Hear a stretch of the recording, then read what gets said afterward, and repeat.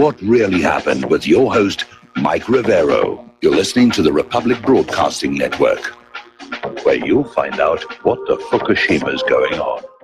And aloha, America. Welcome to our show today. It's Monday, April 16th, 2018, start of a brand new week. We have got a lot of stuff to talk about today. The phone lines are open, 800-313-9443. Mike is in our control room, twiddling the dials, keeping us out of trouble, ready to answer the phone when you call on in. Obviously, the big story, and a lot of people are just angry about this, is that Friday night, Donald Trump unleashed a massive missile attack on Syria to supposedly punish them for the as yet unproven chemical weapon attack in Douma. And they launched 105 weapons, including Tomahawk cruise missiles, air-to-ground missiles, a bunch of other stuff, just poured it on in there against 5 targets. And the tough talk is continuing. Trump is out there saying that we're locked and loaded for more strikes on Syria. Hang on a second. Got to leave a little message to my control room guy. He's out there talking about we're going to strike Syria again if there's another chemical attack, which is telegraphing there will be more false flags. And we have about 4,000 troops exercising, doing war games on the border with Syria right now. Looks to me like they're practicing for a ground invasion. The war party does not want to give up on Syria. Israel does not want to give up on the U.S. Conquering Syria because Israel wants the Golan. The Golan is still technically Syrian territory. It's occupied by Israel, and Israel is already selling the oil and gas from underneath the Golan. They don't want to give that up. They don't want to give the money back. So they want Syria destroyed so that they can complete their theft of all that oil and gas. So everybody's saying, you know, what was going on here? What prompted it? A lot of observers were thinking that the U.S. might wait until the Harry S. Truman was able to get into the Mediterranean, which is still a few days away. But it turns out the attack into Syria happened just one day before the Organization for the Prohibition of Chemical Weapons was getting ready to start their work in Douma. In fact, when the attack started, a lot of these chemical weapons experts were concerned Douma itself might be targeted to just get rid of all the evidence. And it wasn't hit, which doesn't mean it wasn't targeted. More about that a little bit later. But Vladimir Putin is already out there pointing out that the U.S., supported by France and Britain, has launched this airstrike against military and civilian targets in the Syrian Arab Republic. It is an act of aggression against a sovereign state on the front line of the fight against terrorism, and it was committed without a mandate from the UN Security Council and in violation of the UN Charter and the norms and principles of international law. And then he pointed out that just a year ago, there was a cruise missile attack on the Shayrat Air Base, and the U.S. Used as a pretext a staged chemical attack against civilians. Now, so far, nobody in Douma has been able to confirm a chemical attack had actually taken place. There are no traces of toxic agents, no signs of any chemical weapons victims in any of the hospitals. The doctors and nurses are saying no, they haven't seen anybody. And the word in the area is the whole thing was a hoax put together by the White Helmets. And the U.S. just went on that. Now, Mike Pence is out there calling the Syria mission completely accomplished. That's his first lie. And then he says Russia needs to get the message on how tough we are and how impossible it would be to beat the United States. Well, again, not so sure. 105 weapons were launched, standoff missiles, Tomahawks, and so forth. 70 of them were shot down. They didn't reach their targets. I'm sure they came down somewhere, and they probably killed a lot more people than supposedly died at Douma. And here's the important part. The U.S. stayed away from Russian-occupied territory, so there was no conflict between the U.S. and Russia. The Syrians are using these older systems, like the Buk missile. This is 30-year-old Soviet era anti-aircraft systems, and they brought down all of these cruise missiles. And by the way, one of them was the first deployment of the U.S. new stealth cruise missile. We don't know if that one was intercepted or not. But that's a worse kill ratio than happened a year ago at the airfield. So much for Trump's tweet about they're coming fast and smart. They got taken out by this 30-year-old technology. So 100 missiles for 5 buildings. Most of them actually focused on just one. We'll be talking about that in a little bit. Meanwhile, the Syrian army has declared the full recapture of eastern Ghouta. There was apparently one coordinated attack by the militants to try and seize territory around Damascus. It failed miserably. All right, we're going to do a shout out now to our on-air affiliates who are just rejoining the network. We're talking about this war crime committed by the U.S. government in Syria over the weekend. Now, Nikki Haley is up at the UN, just flapping her gums again and saying there will be no diplomatic talks with Syria's Assad, and the U.S. troops are staying in Syria until our goals are met. Without saying exactly what those goals are, obviously it's got nothing to do with ISIS and Al-Qaeda anymore because they're already gone. And Nikki Haley, once again, is telegraphing a false flag right here in the United States. If we don't deal with Assad, there'll be a chemical attack in the U.S. They're really ramping this situation up. Now, John Bolton, who's Trump's Israel First neocon advisor, coordinated the U.S. strike on Syria with Israel. And there are reports that immediately following the attack, Israel went on in and bombed some more stuff again. Now, France and Britain nominally were part of this coalition. Everybody else stayed out. And they're all trying to take credit for it. Over in France, Macron is saying that he was the one who steered Trump on the strikes and said, here's where you should go. And Theresa May is out there reassuring Parliament that the Syrian airstrikes were in Great Britain's interest, again, without defining what the interest is. Now, only a quarter of Britons backed Theresa May's decision to launch a military attack on Syria, and that prompted George Galloway to come on out and say that no war in history has been started with so little support. Meanwhile, Germany's president is moving over toward Russia. Frank-Walter Steinmeier is saying it's time to end the demonization of Russia and its people and go back to being friends. So that is falling apart.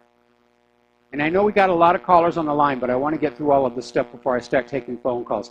Meanwhile, Russian reinforcements are heading for Syria. 2 warships laden with military vehicles have been spotted en route to Syria after Friday's U.S.-led airstrikes obliterated, my mistake, what are still being claimed to be suspected chemical weapons sites. Now, undeterred by the attack, the chemical inspectors are already at work in Syria's Douma, and they're not finding anything. There's no trace of sarin or chlorine or any other toxic material. And they can't find any witnesses to a chemical weapon attack. They can't find anybody at the hospital who treated anybody with a chemical weapons injury. The latest story is there was an ordinary everyday fire, and those children were being treated for smoke inhalation. And somebody said, oh, we can use this. It's a gas attack. Let's just go for that here. Now, Russia's envoy to the Organization for the Prohibition of Chemical Weapons is out there saying they have incontrovertible proof that this attack in Syria is just made up. It's a video shot by the White Helmets. They're saying British intelligence was involved, was completely staged.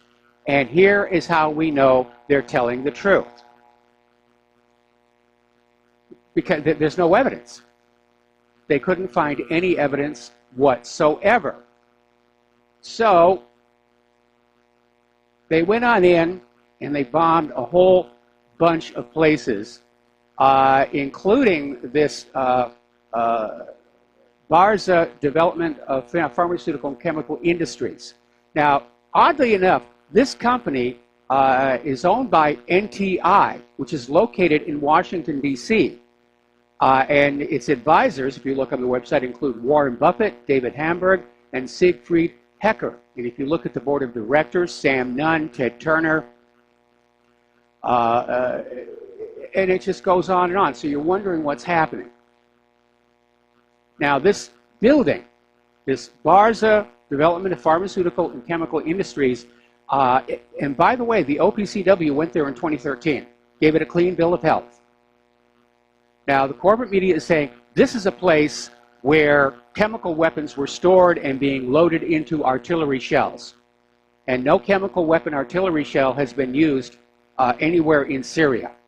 They're always improvised devices, and the evidence is always found in the bases of the U.S.-backed terrorists there.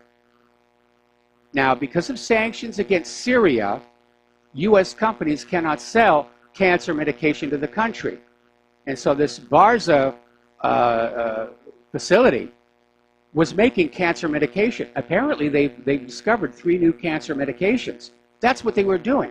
This is a complete replay of when Bill Clinton bombed an aspirin factory in Sudan to distract the media from Monica Lewinsky. It's a complete replay, and I hope the owners of this facility sue the U.S. government for wrongful destruction of their property. So, Paul Craig Roberts has come out with an interesting observation, and it's one that Claire and I were talking about over the weekend. Okay, the U.S. is claiming that all these facilities that were bombed were storing chemical weapons or loading them on to artillery shells. They targeted that Barza facility with like 70 of the missiles. We don't know how many actually hit, but they pulverized the place. Here's the issue. If you bomb a chemical weapon depot, chemical weapon factory, or someplace where chemical weapons are being loaded into artillery shells, you're going to release a huge toxic cloud that is going to spread out from the building and kill and injure thousands and thousands of people. No reports of it whatsoever. No reports at all. In fact, at the Barza facility, the international media has already been toured through the place. And the guy who was leading the mayor said, the fact that you're all still standing here alive shows there were no chemical weapons here. Because otherwise, had there been chemical weapons here, we'd all have to be in those protective suits or we would be dead. So,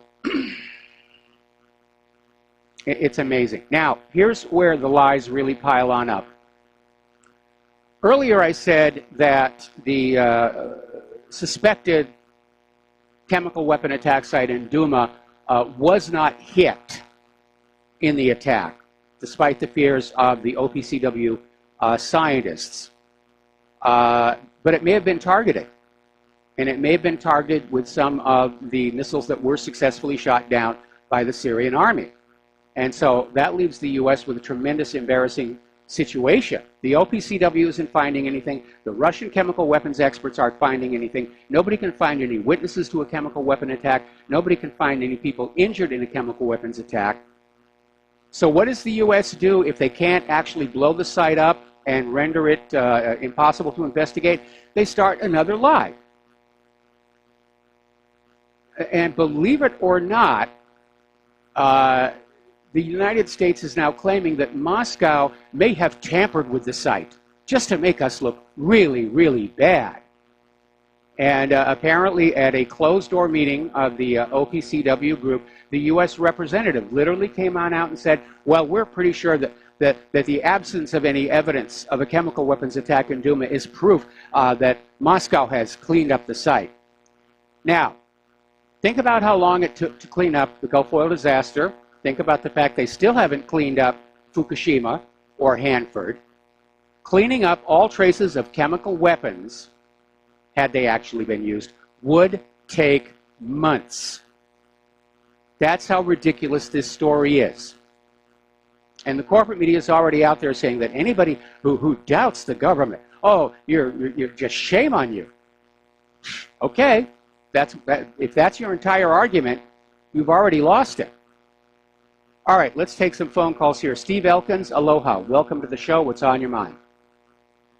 Well, you started off right away with using a term I would say is war crime. Yes. I was very angry Friday night when I came home and found out what was going on. But I wanted to say also the coalition they brought in, the UK and France, I can assume that we'll find out later on they were paid to come along. And that's usually what the United States does to buy a coalition to do something when they know it's wrong. One other thing I'd like to bring out is also this strike on this supposed chemical weapons site. Now, if you remember what happened, because you mentioned the Gulf War, well, didn't we create a Gulf War syndrome by blowing up a chemical weapons site or a munitions dump or something we blew up there?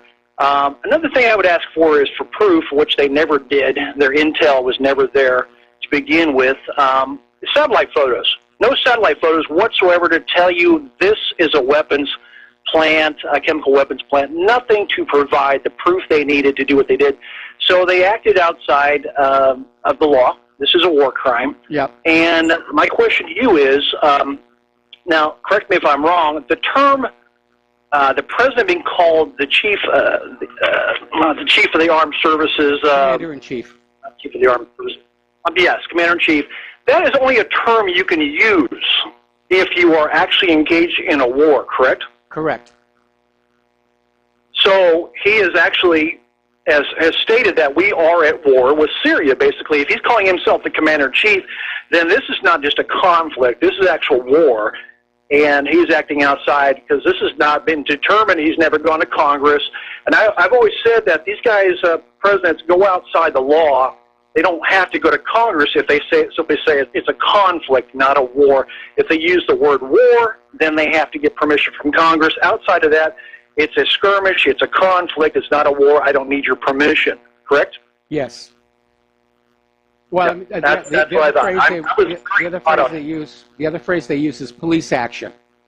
It's not a war. It's not even a conflict. It's just a police action, like we're the world's policemen. I want to back up here on the situation in Iraq because, again, we were being told that these balloon inflators were portable biological weapons labs. We were told there were nuclear weapons. We were told there were chemical weapons, even though, like Syria, Saddam had surrendered all of that stuff under UN supervision. It turns out that Gulf War syndrome is actually radiation sickness from exposure to the aftermath of the use of depleted uranium shells. Uranium, right, okay, yeah. Well, it just didn't make sense to me. Why would you blow up a chemical weapons factory? It makes no sense to me that you would blow it up and it would be airborne in the air, expose all these people to some harmful chemicals if that was true. I agree, it was a hoax. This was a staged photos. All that stuff was staged very well, but not convincing enough to me because I could see it. I actually saw there was one girl they had in the paper. She was dressed in a hazmat suit. All the other people taking care of her had nothing on, and she had no oxygen on. And I'll tell you right now, the first thing you get when you come into exposure from an inhalant, a toxin like that, is oxygen. You're on 100% oxygen. The little girl sitting there, her eyes are kind of batting like she's delusional. She has no oxygen on, and she's sitting upright. So it doesn't fit the picture. No, it didn't. We know this government lies to us. They lied to us about Saddam's nukes. They lied to us about torpedoes in the Gulf of Tonkin, Spanish mine in Havana Harbor, the Lusitania wasn't smuggling weapons, and blah, and blah, blah, blah, and so forth and so on. We know this government lies us into war. It's what they've always done, and they're trying to do it again. And this latest thing with the Pentagon saying all your missiles hit their targets. Now, you can talk to any mathematician, and he'll tell you the probability of that is very, very small to hit 100%. So, you know, that's a lie right off the bat when they said that they hit every target 100%. That's impossible. Well, what they're saying is they hit all of the intended targets with about 1/3 of the missiles intended. So it's weasel wording. But again, out of 105 munitions deployed, 71 were shot down. Anyway, Steve, stay on the line. We've got to take a break for commercials. I'll come right back to you after these few words. Aloha, America. Welcome back to the show. We're talking with Steve Elkins. We're talking about this war crime that has been committed by President Donald Trump and his advisors in Syria Friday night, where they sent in 105 cruise missiles to hit 5 buildings. You get to pay for all this, of course. And the claim that they were biological weapons storage facilities or chemical weapons storage facilities, it doesn't make sense. As Steve pointed out, as Paul Craig Roberts pointed out, had the U.S. actually bombed real chemical weapons depot, there would have been a toxic cloud spreading all over the immediate part of the city, and there would have been thousands and thousands of people dead or dying. And there's been no reports of any of that whatsoever. Steve, you got anything else to share with us? You know, you hit that right on the money. They said that it doesn't fit the picture. There was nobody admitted to a hospital needing oxygen, and that's the first thing you would have seen coming in through the ER. They've been slapping oxygen on everybody to kind of get your oxygen level back up. You didn't see it, and like I said, it didn't see any satellite photos. The thing that bothers me is I had a caller on my show on Sunday talking about accountability, and I noticed they always skirt accountability when they use this little lame excuse of, well, we had faulty intelligence, and that seems to be the walking, how they get to walk away from responsibility for these things. They just said, well, we had faulty intelligence, but we meant well, and we didn't get it right, so that's the way it goes. This is how we spread democracy. You know, I don't like that non-accountability. I believe everybody's accountable. I'm accountable, you're accountable, and I hold my government accountable for huge screw-ups, first of all, and they never had the authorization. They didn't have the unification or people on board on this, because we saw it. We saw it. This was not real. This was a hoax, and that's why they rushed so fast. I was just stunned that they actually decided to do it on Friday the 13th, which is kind of odd. Whether they try to send a message with that also being the superstition part of it, but I don't know. I'm very upset about this president. I've pretty much pulled all my support from him, and at this point, I would be happy if he was gone and somebody else tried to take over and patch up, repair the damage this man has done internationally. I mean, he promised a lot of things on the campaign trail, working with other world leaders, commerce, fair trade, and we're not getting any of that. I feel very, very duped and taken advantage of. Yes. And I want accountability. I want accountability on this. I absolutely agree with you, and the only way I'll support Trump in 2020 is if Hillary runs again. Other than that, I'm in the market for a new candidate.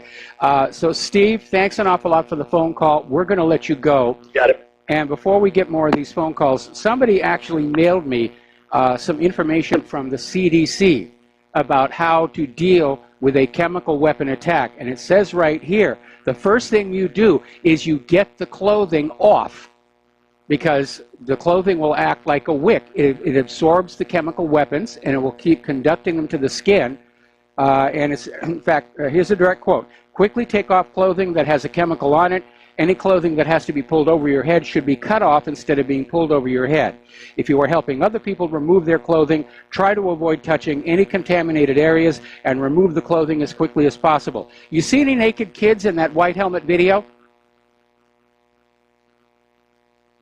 They weren't behaving like people really dealing with a chemical weapons attack. They didn't have gloves. Yeah, they had the face masks, but they didn't do any precaution. They just hosed down the kids.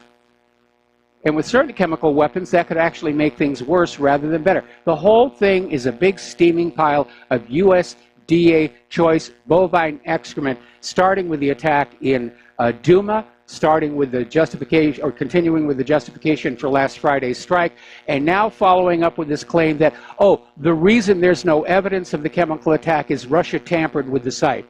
At this point, I'm pretty sure there was at least a couple of these cruise missiles that were aimed at Duma. And they did the strike just before the scientists were supposed to start work there. I think that's why they rushed it and didn't wait for the Harry S. Truman.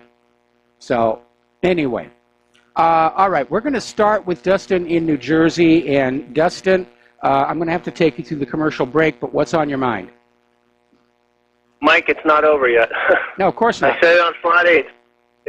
It's going to get worse. But you said the Russians are sending ships that are full with troops. One of them, I think. No. Iran says we're going to... No. The report is there's two of these so-called alligator-class warships, but they also have large cargo carrying capacity, and they're carrying armored vehicles and various other reinforcements for the Syrian military. I was just reading that they just told Syria we're ready to give you assistance with anything now, and I'm hearing Iran's threatening to attack Israel, like because they lost 30 officers at that attack the Israelis did. Well, Israel and Iran are threatening to attack each other. The only difference is Israel wants the U.S. to do it, whereas Iran is willing to fight their own battles. Yeah, Mike, the ambassador to the OPCW said, yeah, they cleaned it up. Yeah, like they probably just took a couple sponges and went, come on. See, that's why they did the airstrike, to make it, so they had time I'm convinced that Duma was targeted, but that all the missiles targeted on Duma were successfully shot down. Dustin, stay on the line. We're going to do another commercial break. We'll be right back. Aloha, America. Welcome back to our show here. We're going to go back to the phones. Dustin in New Jersey. We're talking about Syria. We're talking about just how obvious and ham-fisted all these lies have been to justify this missile strike. And you really ought to be insulted that the government and the corporate media really think you are that stupid and gullible that you're going to buy all of this nonsense. Especially, hey, Mike, especially after if you bomb, like you said, if you bomb the chemical facility, and then a couple hours later, everybody's climbing on the rubble, nobody's keeling over. Obviously, this was bogus. There was no chemical plant, and you know it because the White Helmets put out the original scam. Yes. And then there's a cardiologist who came out and he said the electrode cables weren't even connected to the right spots on the people. It's a big scam. Yes. It's a big scam, and you can't. People got to do research before you. You would think after Iraq, the people of the world would figure things out because they pulled the fool me once, shame on you; fool me twice, shame on me, right? Yes. How many more times?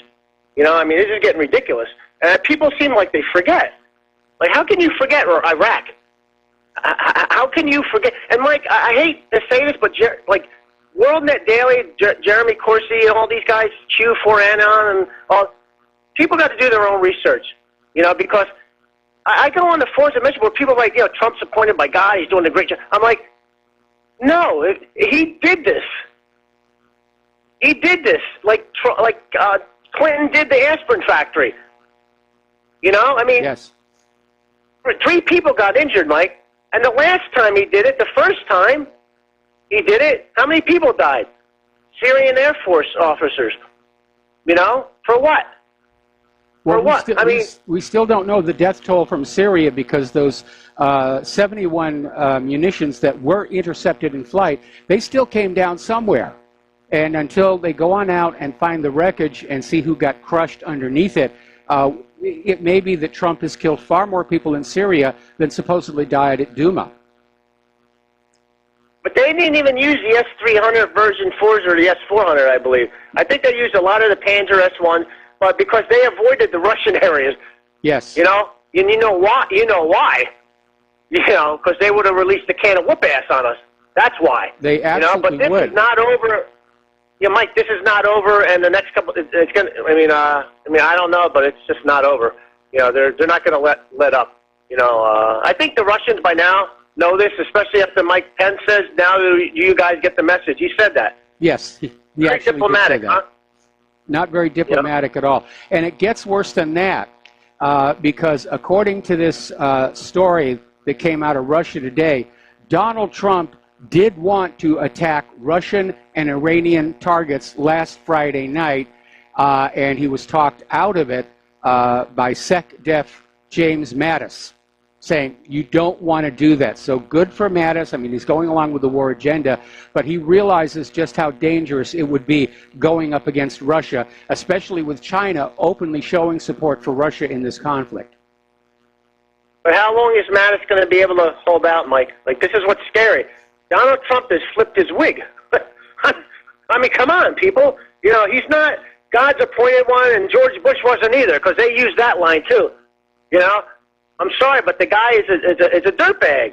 He's a dirtbag. He should have done his job. He's like when he ran, he said we were not going to be there. We're getting out, and he stabbed us all in the back. Yes, he did. He did. The fact that he was actually talking about attacking the Russians in Syria shows that, I have to question his sanity now. And he's dangerous. He's very, very dangerous. He's caught up in the glory of war, and he's getting bad advice from all of his advisors, except for Mattis, who seems to be holding the middle ground. But the neocons, they want Russia smashed up, they want China smashed up, they want Iran smashed up, they want Syria under new puppet rule that will allow Israel to annex the Golan. And that's really what's driving all of this stuff. It ain't going to happen. And, Mike, I was on the message boards and forums, and everybody who voted for Trump, I mean, it's just like 90%, 95% was like, I'm not voting for this guy again. And then do you see that scumbag Sebastian Gorka and all those Fox News people? They're all like, yeah, you know, like we got to go. And, you know, they had that one brigadier or just general on or something, and they're like, Sebastian Gorka started freaking out on him and Laura Ingraham. Yes. Like, they're psychopaths, Mike. You know, Sebastian Gorka I never liked. I don't even know who the hell he is. You know, where'd he come from? Yeah. You know, like, you know, would they pull him out like that other guy they had? They said he was in the CIA, remember? Yeah. Fox News. You know, so you can't trust Fox News. Fox News is another corporation. They got interest. They do Lockheed Martin commercials or Boeing commercials, and so they don't care about the children over there. None of these people care about the kids. You know, notice, Mike, one more thing before I hang up. Where's the aid coming from all the UN nations to help the Syrian people? The only ones I saw today was the Russians bringing in fruits and vegetables. I didn't see one aid package come from the United States, Britain, or France, or any of them, because they're all scumbags, Mike. They're scumbags. They're too busy dropping bombs. All right. Thanks a lot for the phone. Thank you, Mike. All right, we're going to let you go here. Let's see. John in Tennessee, aloha. Welcome to the show. What's on your mind? Hey, Mike. Well, first of all, I think this missile strike was as innocuous as the one a year ago.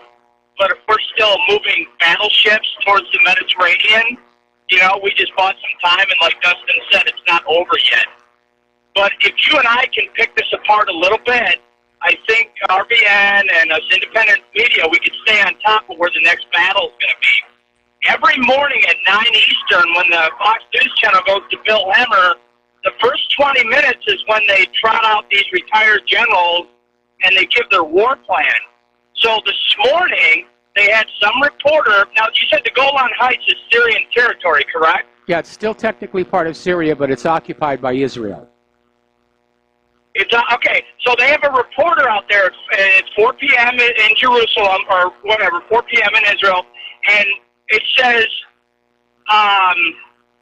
Golan Heights, Israel. It doesn't say Syria, okay? Yeah. So this guy's doing his report. He says, right over my shoulder here, you can see Syrian residences. And he says, this is all rebel controlled. Now, I mean, I'm picking this whole thing apart. So if it's rebel controlled, that means they're anti-Assad, correct? It's kind of hard to figure out what they're saying it's, yeah, it's rebel. Go ahead. No, he may be saying that they're rebels, which means they're opponents to Assad, or they may be opposed to Israel's incursions. You could read that either way, but probably you're right that he's talking about the anti-Assad people. Okay, so if Assad were to go attack those people, right, to get them out of his country, right next to the Golan Heights, or if he tried to take the, you see what I mean? You're going to have a dust-up with Israel. I mean, it's Assad's business to take those people out if it's rebel hell. It's none of Israel's business. You see what I mean? And the reason he went, they're brewing up the next conflict over the Golan Heights. And then if we have ships in the Mediterranean, how hard would it be to get involved in that skirmish so Israel can just take all the Golan Heights in a big battle? Well, that's the reason. I can't imagine ISIS wants to. Oh, go ahead. I was going to say that's the reason when Trump started talking about pulling out of Syria, that's why Netanyahu got on the phone to him and read him the Riot Act. Because if the U.S. goes out of Syria, and with Assad having pretty much defeated ISIS and al-Qaeda, Syria is going to want to take that Golan back. And Israel doesn't want to give it back. They want that oil and gas. They want that money. And they think that's a natural law. Well, and if these are anti-Assad people, or if they're ISIS people, aren't they Aren't they right on Israel's border too? You see what I mean? Again, technically it's Syrian territory, but it's Israeli occupied. And then you have these so-called Muslim extremists right next door to Israel, which they won't tolerate, right? I mean, we should pick this apart and watch this, because there's a reason they brought up the Golan Heights, and there's a reason this guy was reporting from there, and there's a reason he emphasized this is rebel hell territory right over my shoulder. Well, Golan Heights is also, So I'm just watching this thing, and I think this strike was innocuous. It didn't do anything. They leveled a building. Nobody trusts any of this stuff. But, I mean, now Alex Jones, you heard about his meltdown, I'm sure. Yes. But, he's doing this. We have to do everything we can to support Russia and Russian candidates who are against World War III. Okay, well, I'm sorry, the neocons are saying that Russia is going to attack Israel, so we have to be anti-Russian. I mean, what kind of game are all these people playing with us here? They're telling us all to pick a side, but the whole thing is bunk from the get-go, right? Yeah, well, no leader in history ever led his people into a war by telling them the truth. Hey, we're going to take a bunch of your kids and we're going to go into this other country and we're going to steal their wealth and territory and their natural resources, and a lot of your kids are going to get killed and crippled, but hey, we've got to do it because you're all loyal members of our country. It wouldn't happen. Wars are started with lies, fraud, and deceptions. The Pearl Harbor, Lusitania, the Gleiwitz incident. Well, and again, because of this action now, they're pouring out the rhetoric from all sides. Alex Jones is caught up in it, and they're demanding that everybody take sides. The last thing I wanted to say was that Ollie North was on Hannity Thursday night, and he gave him a map with 32 places that they need to strike to wipe out Assad's Air Force and wipe out the S-400 missiles and all this stuff. And I think that's still going to happen, And maybe we did tip off Russia going, get out of there, because we're trying to sell weapons to somebody. So there's going to be more strikes to come. And then it can distract from whatever they found in Cohen's office. They probably got every girl Trump slept with for the last 20 years in there, and recordings. So. Yeah, probably. And I mean, it's all over the media here, and Fox is talking about the midterm elections and will the tax cuts see them through. There have been global protests against this U.S. aggression in Syria, and you're not going to see any of it on the corporate media, which is why we have to report it here. Well, what if the Democrats take up that mantle that Trump didn't go to Congress? Because don't they have 20 CIA candidates that want to take Democratic seats to get him impeached? This whole thing is a soap opera. Everybody wants Trump out of there. So they may have just hoodwinked him into firing off an attack, which was, a war crime, and now the Democrats will go after him for a war crime. So far, even though they didn't care when Obama did it to Libya. So far, the Democrats seem to be fully on board with this. Because otherwise we would have heard from them by now, and we haven't. Okay. All right. Well, like I said, we're going to stay on top of the independent media because we're getting pulled all sides, and unfortunately, the sheeple out there, I think they're turning their TVs off. They don't want to see it. No, I have a comment about that a little bit later in the program. Anyway, John, we're going to let you go. The phone lines are really loading up here. We're going to switch to Kevin in West Virginia. Aloha, Kevin. Welcome to the show. What's on your mind? Hey, Mr. Mike. This is Syrian attack. This is disgusting. First off, that's the first thing I wanted to say. The second thing I wanted to say, Donald Trump has plastered his name on the brick-and-mortar side of the military-industrial complex. Now, I was going to call him the fluffer boy of the ISIS and military-industrial complex, because that's, in my eyes, that's what he's turned into. We're plagued with this thing called a memory, where 5 years ago, we didn't want to be Al-Qaeda's Air Force. And now look what we do last year and then on Friday night. This is insanity. Complete insanity. Yeah, it is. It's absolutely complete insanity. And maybe he's being set up. I don't think so. I think this is the continuation of the war agenda that General Wesley Clark blew the whistle on all those years ago. And Syria was on that list of to be conquered and regime changed. And they have to finish in Syria before they're positioned to go into Iran.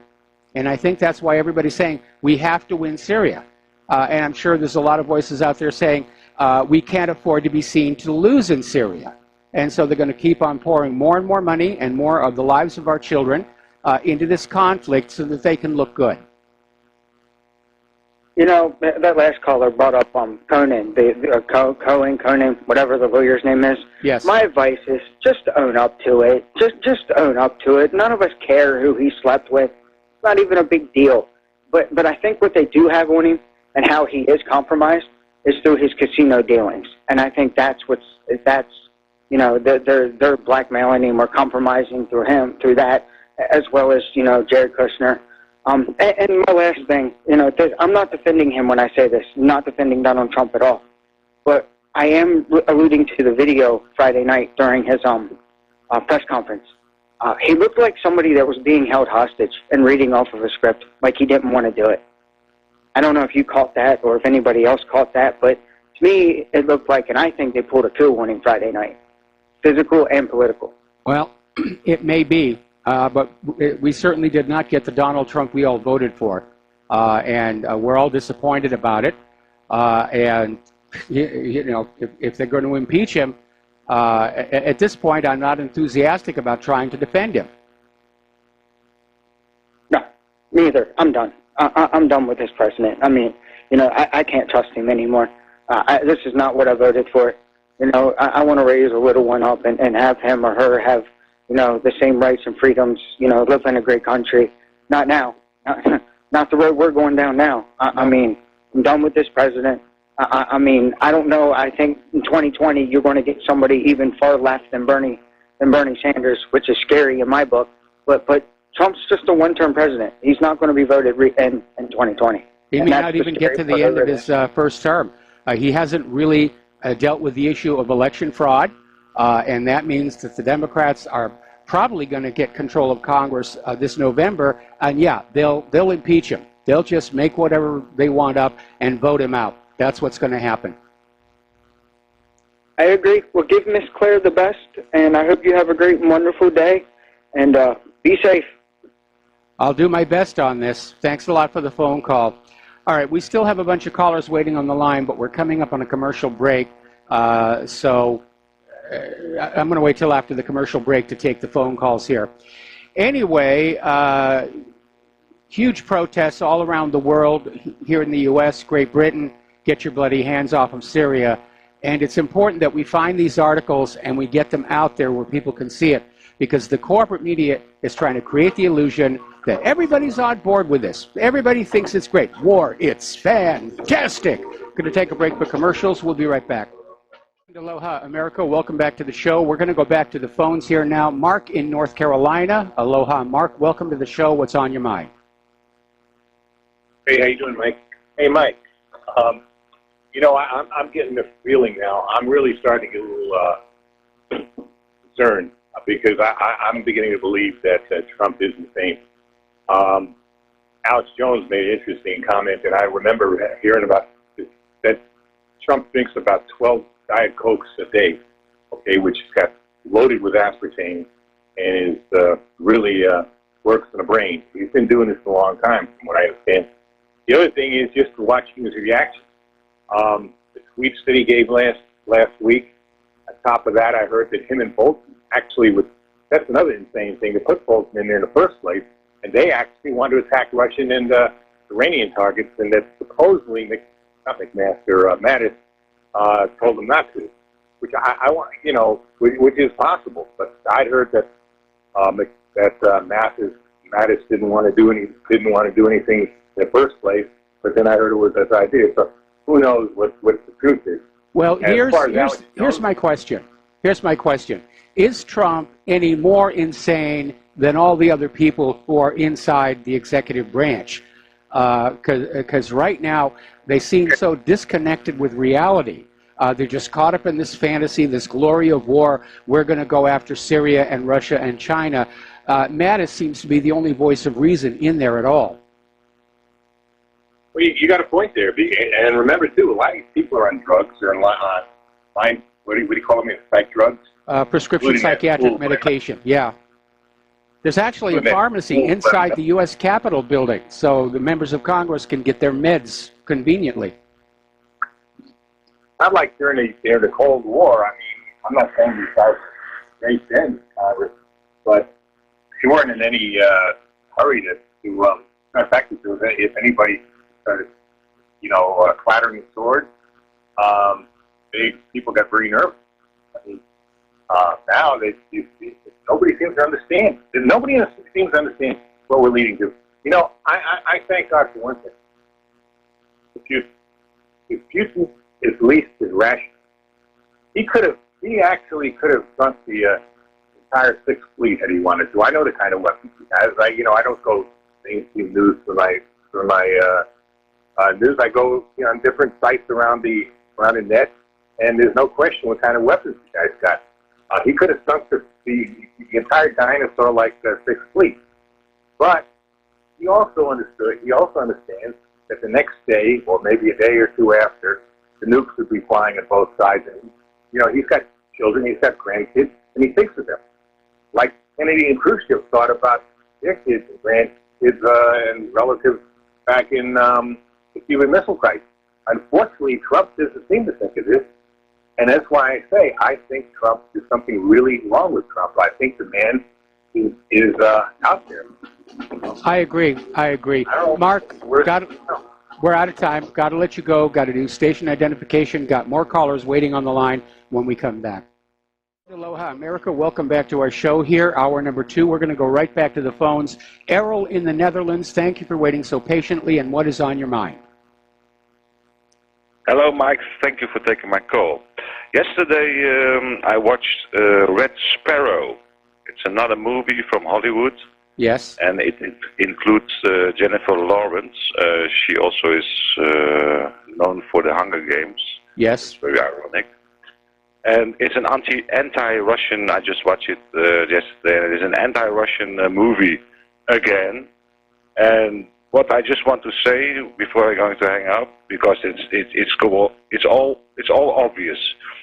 They only make remakes in Hollywood. They don't get new things out, no new ideas. Everything. It's even worse, the scripting, the writings, when you look at movies nowadays. And when you look at how they do it, it's like Hollywood is implemented in the Department of Defense and in the United States government. So, well, that's always been the case. 1 + 1 makes 2. That's always been the case. But the reason Hollywood is putting out so few original creative movies is that the really independent thinkers, the really creative people who have their own ideas about the world have all been purged. We saw exactly the same thing following the McCarthy blacklistings, where all the best writers in Hollywood were accused of being communist sympathizers, and they were all blacklisted out of Hollywood. And Hollywood's quality went into a decline following that. Mm-hmm. And exactly with that... just like the weapons of mass destruction, with Saddam Hussein. Now we have another script, exactly, almost not shock and awe, but we see, we're going to just bomb Syria because they have gassed Saddam or Bashar al-Assad has gassed his own people. Well, they were just finishing, and they let because in the Quran, many people don't know that. In the Quran says, I don't study Quran, I'm not religious at all, but I studied it. I just read it, and it says, when your enemy wants to fight with you or wants to attack you, you have a right to defend yourself. That's normal. Yes. But when your enemy wants to give up and he wants to surrender, you also, in the Quran says, you also have to listen to them, talk with them, and let them go when they want to live. And that is very important. And you don't see that in mainstream media. You only see Islamic this and terrorist this, only the Islamics, just like the Viet Congs, You get skunks, the goo guys, you know. Yes. It's exactly the same script, but in another jacket, in another context. So we are in the same path with another jacket, another context. So that's just what I want to say. The script is going very bad, and hey, thanks to the internet. You know why thanks to the internet? Because everything is now a pattern. You can research it, you can re-investigate it, and you can see a pattern forming. So thank you for my call, Mike, and have a good day, and best to Claire. All right, thanks an awful lot.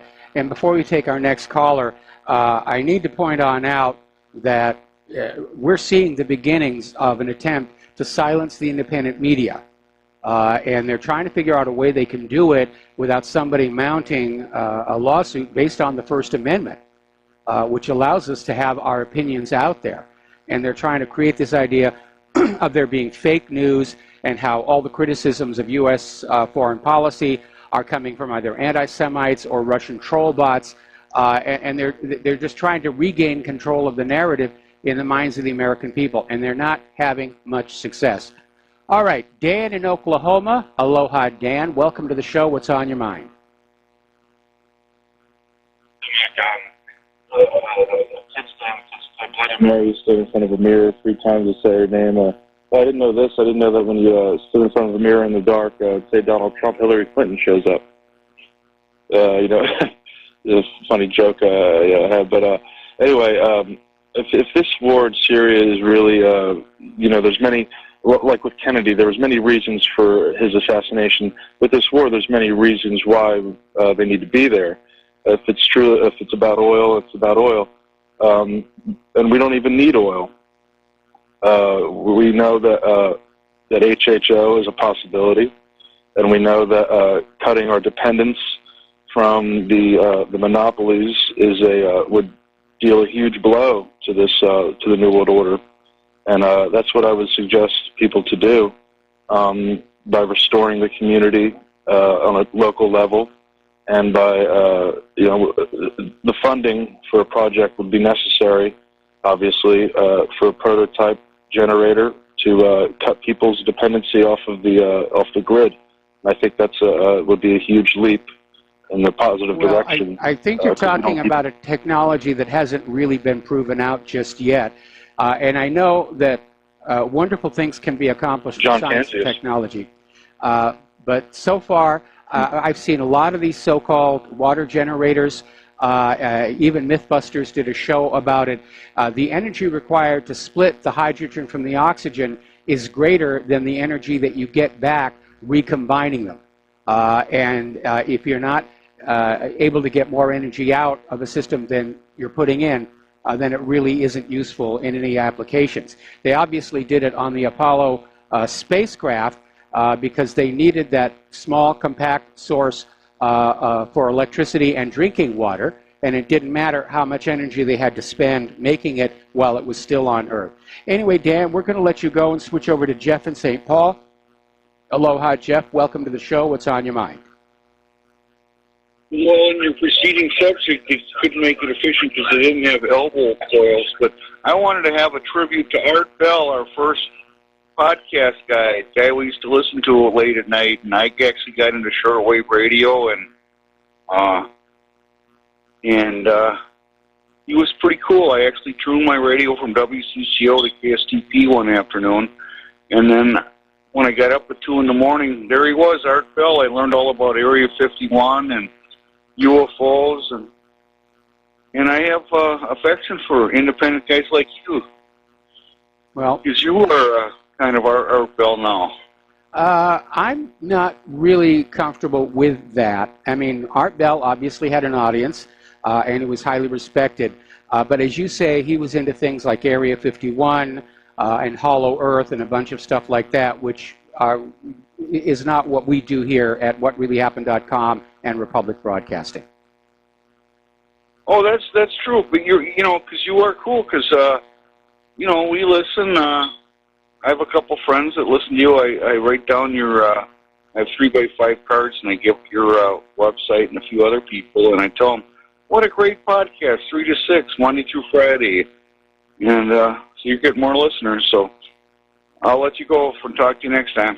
All right, well, thanks an awful lot, and thanks for helping to spread the word about Republic Broadcasting. And yeah, our numbers are going up. They really are. Okay, we're going to do a shout out now to our on-air affiliates who are rejoining the network, and we're going to take another phone call from Martin in California. Aloha, Martin. Welcome to the show. What's on your mind? Hi, Mike. Good to talk to you. Earlier, you mentioned that there wasn't much Democratic opposition to this war, and there's not a lot, but there's an interesting tweet from Rand Paul where he retweeted a tweet from Justin Amash, who's I believe, a Republican representative.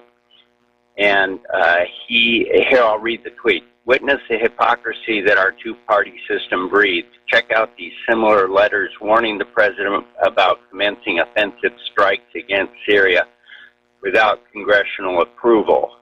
In 2013, when Obama did it, there were 119 Republicans and 21 Democrats which signed the letter. In 2018, there were 15 Republicans and 73 Democrats. Very few of us signed both. And the letters are very similar in that they say we write for our shared concern that you're not going to Congress, and it's quite long. I won't read the whole thing, but it's signed by these members of the House of Representatives. So there are 73 Democrats this time, but only 15 Republicans opposing it. Well, unfortunately, Congress had an opportunity about a month ago, maybe a little longer, to basically take back their constitutional authority to decide when the nation goes to war, and it failed to pass.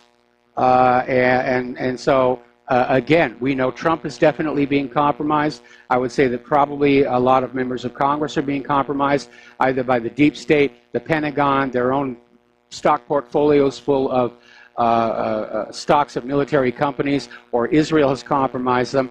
But Congress had a right and an opportunity and a duty to take us back to the Constitution, which says only Congress can declare war, and they failed to do it. Right, and these letters reassert that back, that only Congress can do that. Can I just make a quick comment on why I think Trump made this decision to attack some empty buildings, at least empty in terms of people? I think that he is walking a delicate line trying to appease the Israeli lobby, without which he wouldn't have been elected, and not get us into a wider war with Russia. I'm going to give some credit to him until he actually does something that causes Russia to strike back. I at least think he's the art of the deal, and he's negotiating, and he hopefully has back channel communication with Putin. So I'm going to hope for the best still. Well, I hope you're right, but I'm not seeing it. Trump is becoming basically a bully. When you have that much power, your true character starts coming on out, and I think that's what we're seeing. And again, according to this report in Russia Today, Trump actually wanted to bomb Russians last Friday, and Mattis talked him out of it.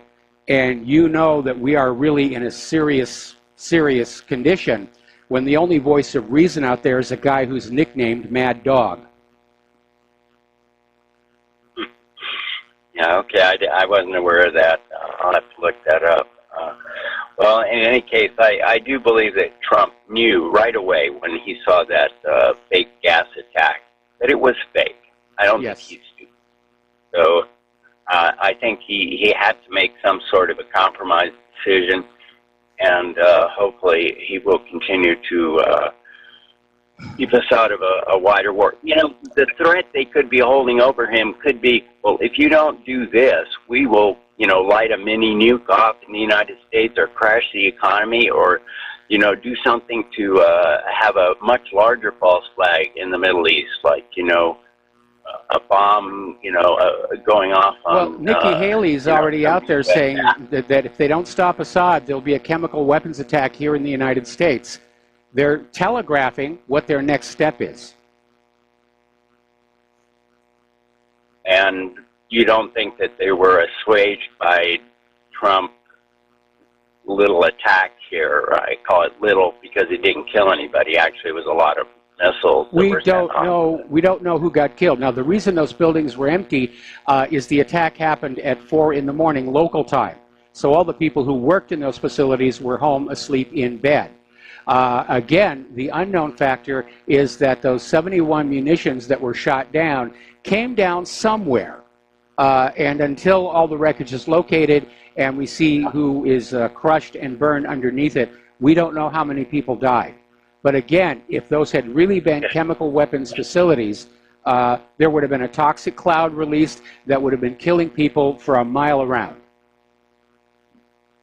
So those missiles that were shot down came from the ocean ships, right?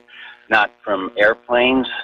A little bit of both. And none of the airplanes were shot down. Is that correct? They were using standoff munitions, which means they stay out over the Mediterranean and they launch the surface-to-air, the air-to-ground missiles, and they fly horizontally to hit their target. Okay, so they weren't in any danger of getting shot down, or maybe they were and they just weren't, or did we actually lose a plane and they're not telling us? Could be any one of the above, and again, everybody lies during a war. We're seeing it right in front of our eyes. Anyway, Martin, we're going to let you go, and we're going to switch over to Mike in Chicago. Aloha, Mike. Welcome to the show. What's on your mind? Yeah. Well, I was going to say, the reason I voted Trump was mainly, like you, because Hillary, I mean, that was just ludicrous, all right? But I remember him stating that, we have no business in these wars. And he knows that we have other problems here. We've got a homeless problem. We've got health care that people can't afford, wages, in the job situation. These are all part-time jobs here we're talking about. Yes. And, I don't know how people are able to, afford expenses. You talk about car insurance, health insurance, they can't afford. They don't have wages. The rents are going up. And the Federal Reserve is looking for 2% inflation. It's already here. I mean, the stock market is inflated. That's inflation. That's why it's 25,000 on the Dow. Okay, that's why nobody can afford health care. That's why we got all these homeless on the West Coast. Anyway, we have no business in other people's countries. We need to fix what's happening here at home. And we need to start implementing the laws that are on the books that you talk about immigration. We don't need to redo immigration. We just need to follow the laws. We need the existing laws enforced. Exactly. So the American people, I really feel sorry for us. Man, we're lied to, and this guy, maybe they told Trump, hey, if you don't go along with the program, you're going to wind up like Kennedy or in Reagan.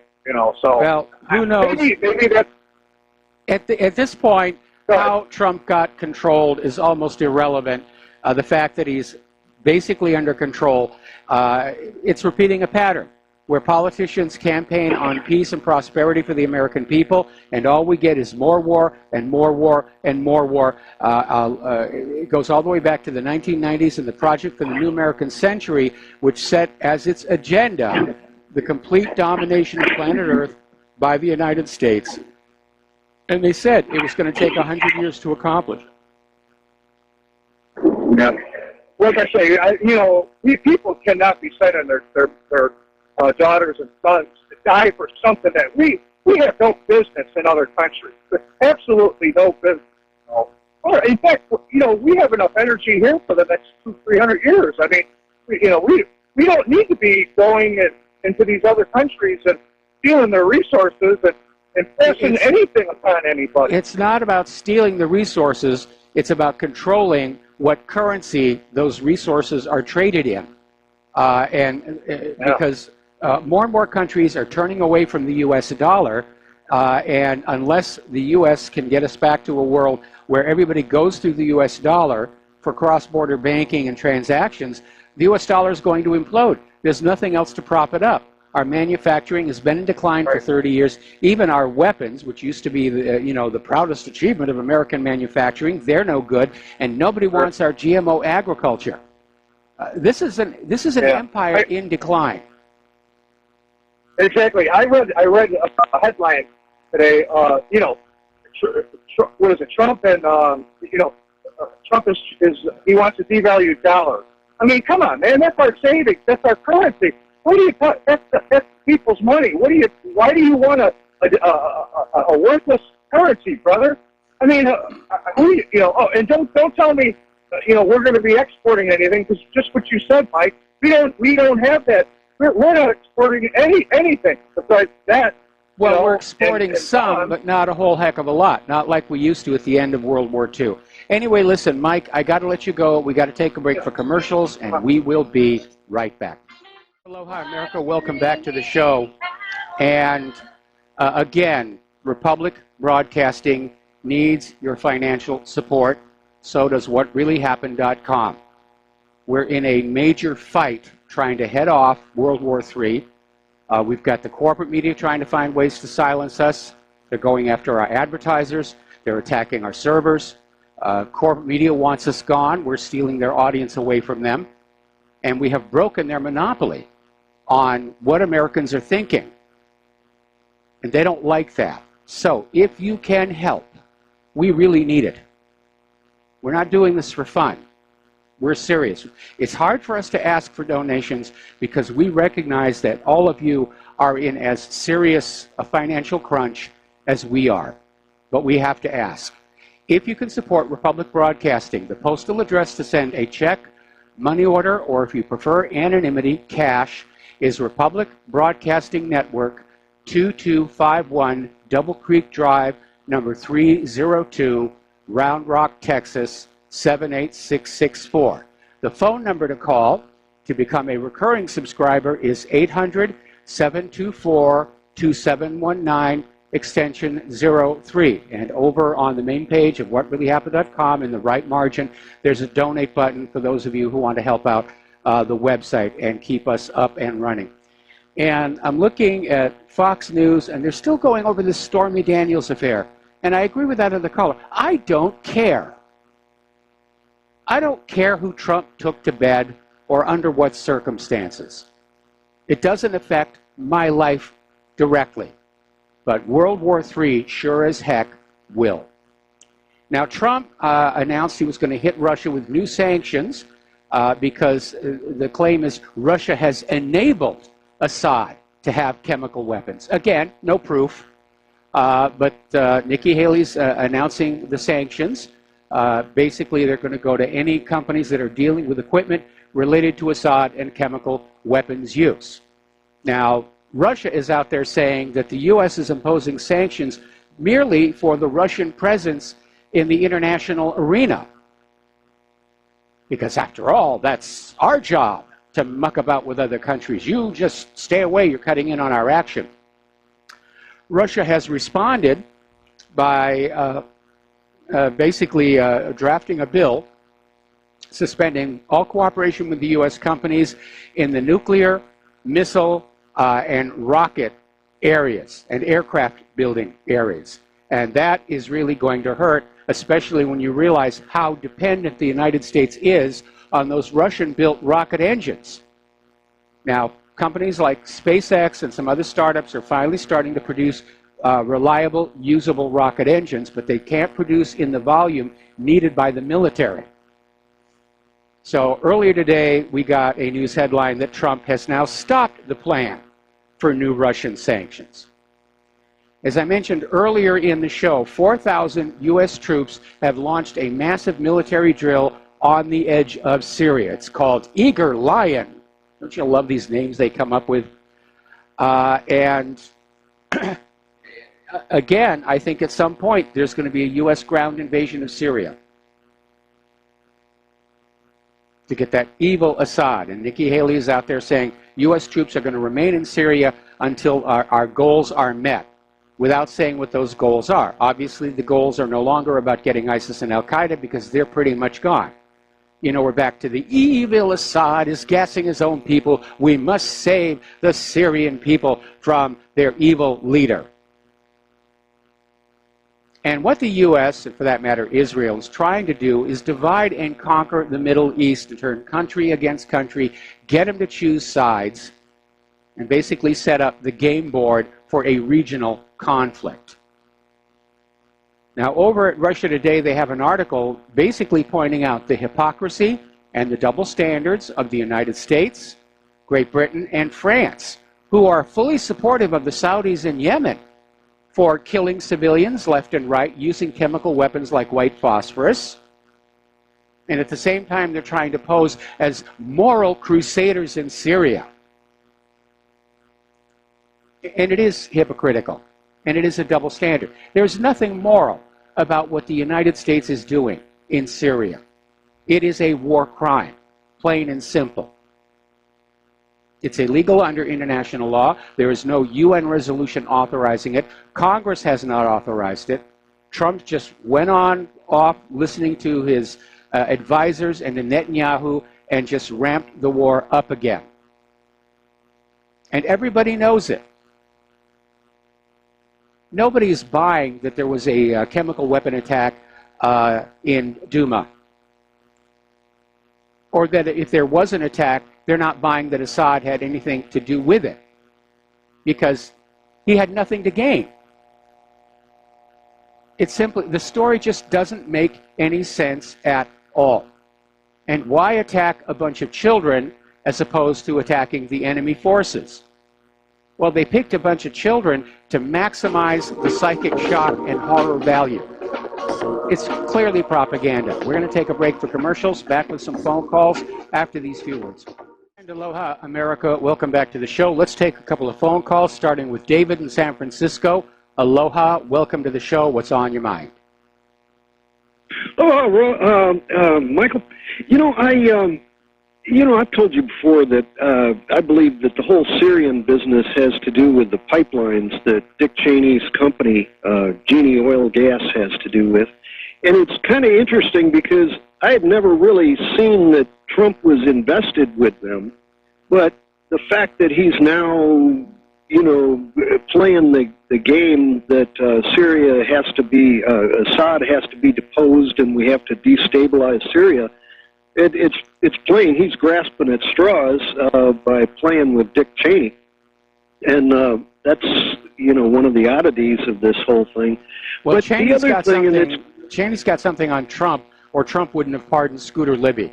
I mean, that stuff is just ancient history, and Scooter Libby did lie. He perjured himself, and this sudden pardon for Scooter Libby just came out of nowhere. Presidents normally will issue their presidential pardons toward the end of their term in office in order to stifle controversy.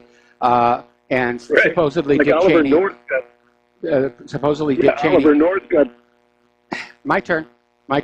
Supposedly Dick Cheney called up President Trump to thank him for the pardon, but it tells me that Cheney has a very unhealthy degree of influence over Donald Trump.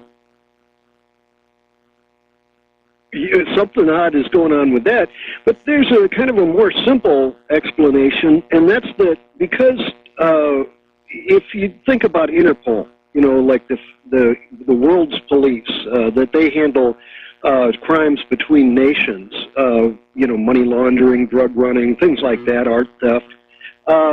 If there's a war between two countries, then Interpol will have a tough time getting evidence to cross national boundaries. And if Trump has, some undue relationship with Putin, then it's to Trump's advantage to stir up war relationships between Russia and the United States. Well, the only problem with that, the only problem with that is that Mueller and a lot of other people have been spent more than a year and several $1 million trying to find some kind of a relation between Trump and Putin, and they haven't found it. So I think that this being a motive for the attack on Syria is rather weak. It may be more a case of distracting the media away from the Stormy Daniels affair, which, if that was the case, it didn't work because they're still obsessed about it. But you need to remember that wars and assassinations never happen for just one reason. There are all these overlapping interests with different agendas, but they all have the same solution. We need to assassinate John F. Kennedy, or we need to go on into Syria. Certainly the pipelines were one of the factors. Right. Yeah, right. And the thing that, whether or not it's Trump and Putin per se, I think it's more an issue of, and I think I've raised this before on earlier shows, when you look at the fall of the Soviet Union back in 1991, the world's, the big money of the world shot into the former Soviet Union and just bought up everything they could buy. Yes. And whether it was, there's an allegation that the CIA came up with about I think it was just short of a $500 billion bond issue, and they just bought up every port, every dam, every highway, every apartment complex, factories, mineral rights, and whether it was MI6 or whether it was the opium smugglers of the Middle East or whether it was organized crime or the Rothschilds, everybody with big money swooped into the brand new Russian Republic and just bought everything up. And that's who these oligarchs are. And they basically have been needing to get cash in and out of this Russia. And so Trump, being a money launderer, that was his job. And so whether it has to do with Putin per se or the various oligarchs, it's kind of beside the point. It's still a matter of evidence. I don't see your foundation for claiming that Donald Trump was involved in the money laundering. I mean, if the Russian oligarchs wanted to get their money out of Russia easily and cleanly, they could have gone to the Clinton Foundation. Well, we're talking massive regular amounts. You know, if you look at the Clinton Foundation allegation, that's like a one-time shot of X amount of, millions or something. But in terms of being able to do billions on a steady, ready rate, the idea of being able to, convey assets through Trump Towers, and Trump Towers being money laundering operations for, for various institutions. What is your basis? What is your basis for the claim? I mean, it sounds to me as unsupported as your claim that there was some kind of a nefarious connection between Trump and Putin. Well, if you look at Meyer Lansky, remember he was doing. Biographies of Meyer Lansky had him doing money laundering from the late 30s, I believe, to basically the early 60s when he got too hot.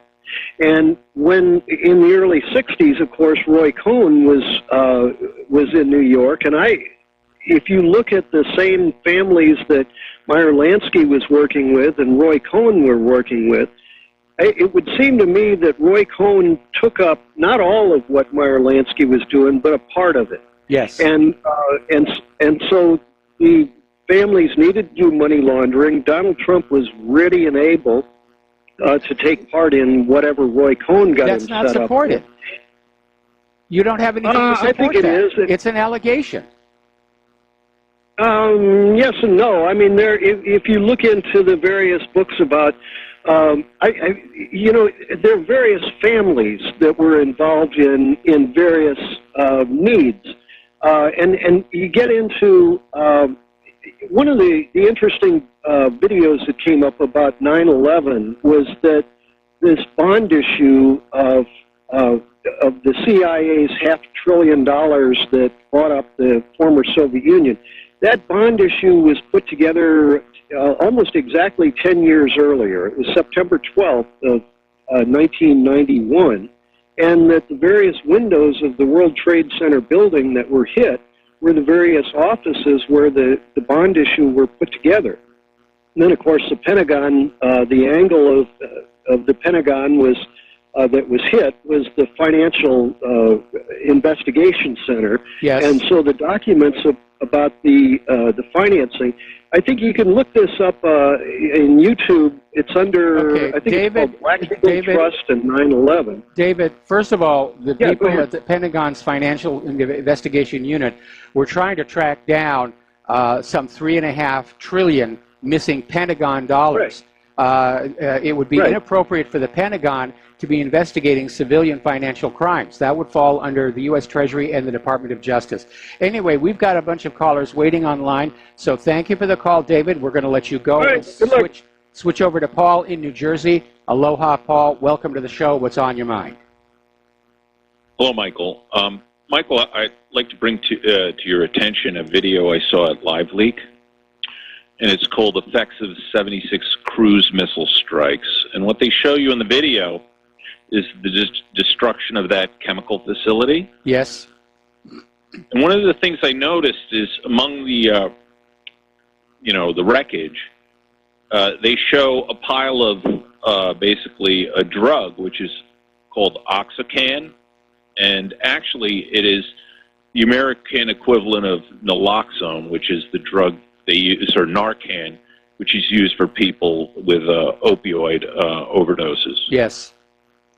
So you have to wonder, when America goes bombing, do all the companies line up and submit to the generals the targets they want knocked out to knock out their competition, so their business will prosper after the competition is knocked out? I mean, America has a habit of doing this in the Iraqi war, also with Clinton bombing that aspirin factory back, I think it was in Somalia, back in the 90s.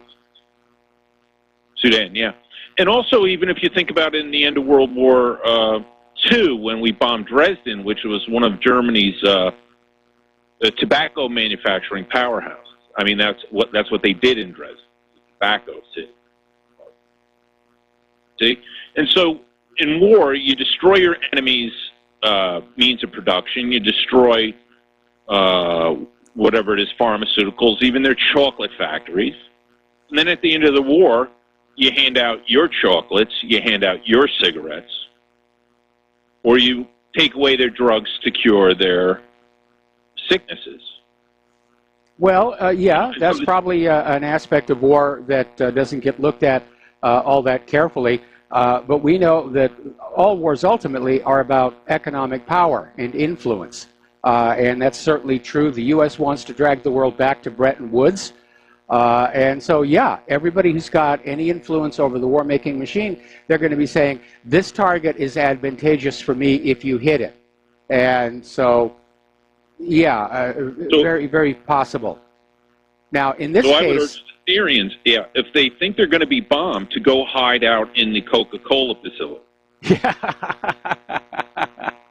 Absolutely. But in this case, again, the reason nobody got hit was the attack was at 4 in the morning. And basically Trump, a couple of weeks ago said, we're going to get on out of Syria. Everybody started accusing of being weak like Barack Obama, and we've got to show Syria that we're tough.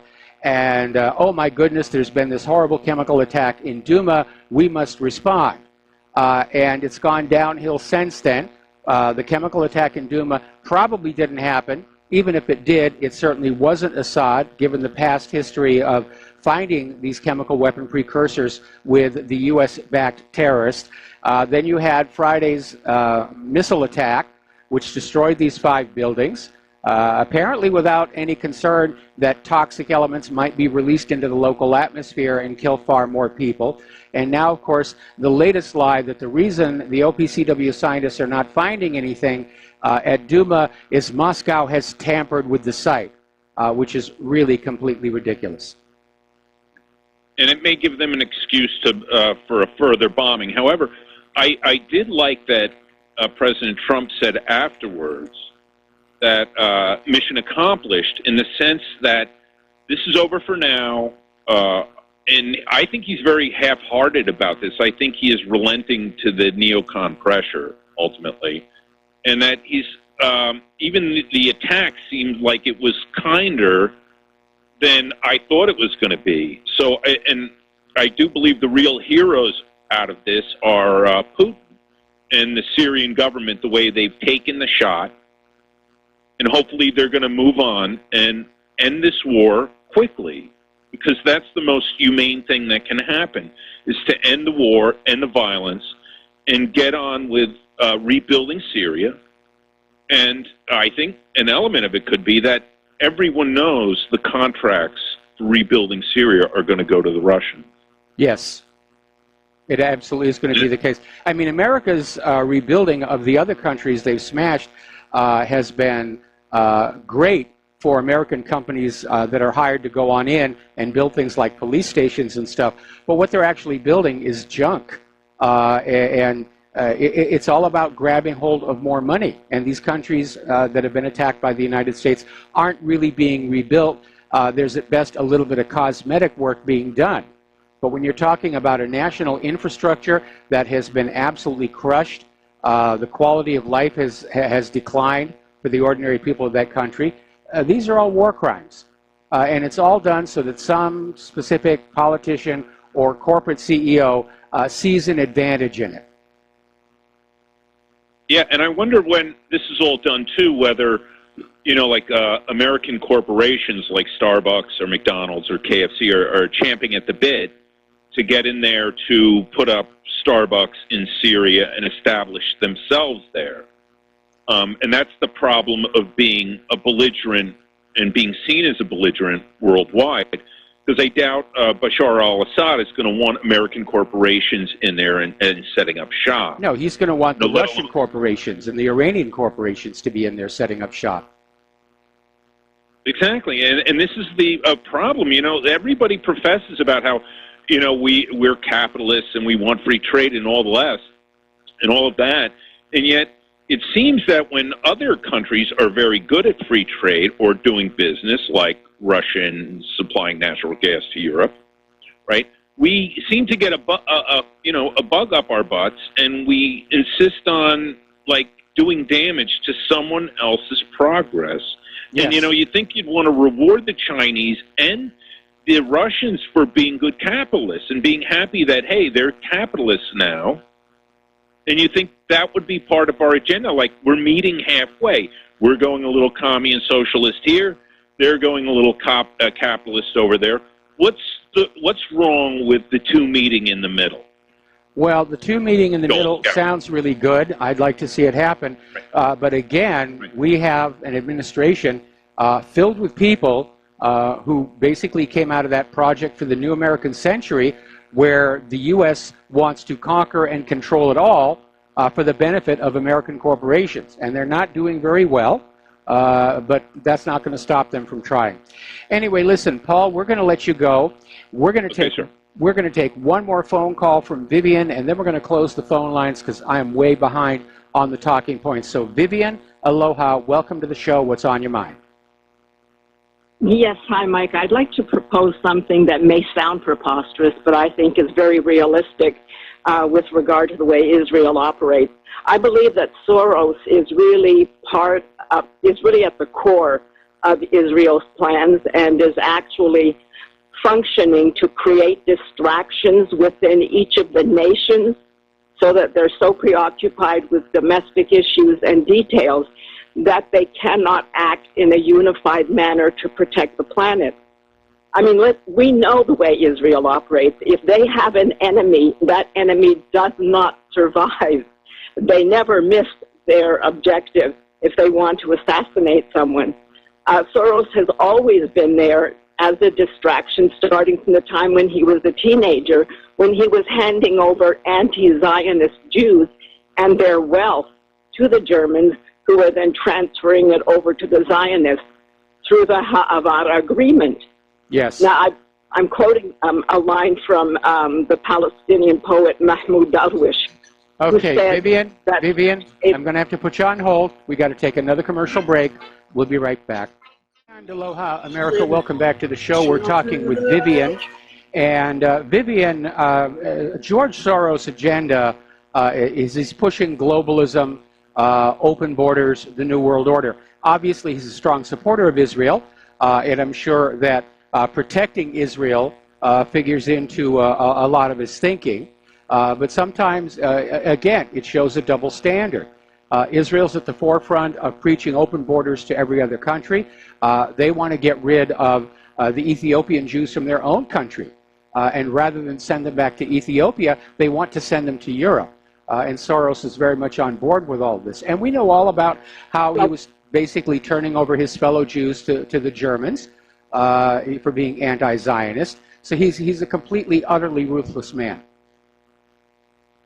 But what I contend is that it is not that he is actually in favor of globalization. What he's trying to do is create situations where people are so preoccupied with their apparent immediate concerns that they're failing to look. It's like being focused on the tree and not seeing the forest. We always take the bait. They throw out an incident for us to focus on and debate who's responsible, who's been bought off, who's been threatened, who is a puppet. There is no real nation anymore. Even here in Canada, our dimwit PM, Trudeau, who's pro-Palestinian, pro-Middle Eastern, is saying that he's supporting the Allies in their bombing of Syria. That was a farce. Syria will never be rebuilt. Iraq is not ever going to be rebuilt. Libya is a dead cause. Yeah, all of that is part of breaking up everything into a shambles so that it's all easily controlled. This whole game of globalization is only another name for destroying identities and loyalties. You destroy the family unit, you destroy the on and on until you finally get to the destruction of the nation state, and then it's easy to come in. And we are foolishly not looking, and again, I'm no expert, but there is one line from Mahmoud Darwish that says, the spectators are the authors. And in this case, the spectators are so busy focusing on the seat they're sitting on or the seat who's in the seat next to them, that they're not looking at the whole theater. This is really when they I disagree. I disagree. I think because of the independent media that people are learning how to see the forest despite the trees. And again, we understand that the breakdown of borders and the breakdown of social identity is key to establishing the New World Order global government. Anyway, Vivian, we're going to let you go. We're coming up on station identification. And when we come on back with hour number 3, there's been a new development in the Skripal poisoning case, and it's just going to yank the rug out from that particular piece of propaganda. So just stay tuned. We should be hearing the music here any second for the break. And am I misreading the clock again? There it is. All right. We'll be back after station identification. And aloha, America. Welcome back to our show, hour number 3. The phone lines are closed right now because I got a bunch of stuff to share with you. So let's get on over back to the Skripal poisoning case. And finally, after much arm twisting and so forth, Great Britain finally delivered samples of the supposed Novichok to the Organization for the Prohibition of Chemical Weapons, who in turn sent it up to one of the best laboratories in the world for determining what the chemicals actually were. And that was the independent Swiss state Spies lab. And what the Spies lab found was that among various other compounds in this material was an agent called BZ, which is shorthand for 3-quinonucleotidyl benzylate. There's a mouthful for you. And it is not a lethal agent, but it is a powerful, powerful hallucinogenic. It goes right for the acetylcholine receptors. It is far more potent a hallucinogen than LSD is. But it has a wide margin of safety, where somebody who's given an overdose, yeah, they're going to have hallucinations for days on end. But it's not going to kill them. And apparently, this drug was originally developed under the direction of the U.S. government in an effort to come up with a battlefield drug that would maximize the aggression of the soldiers.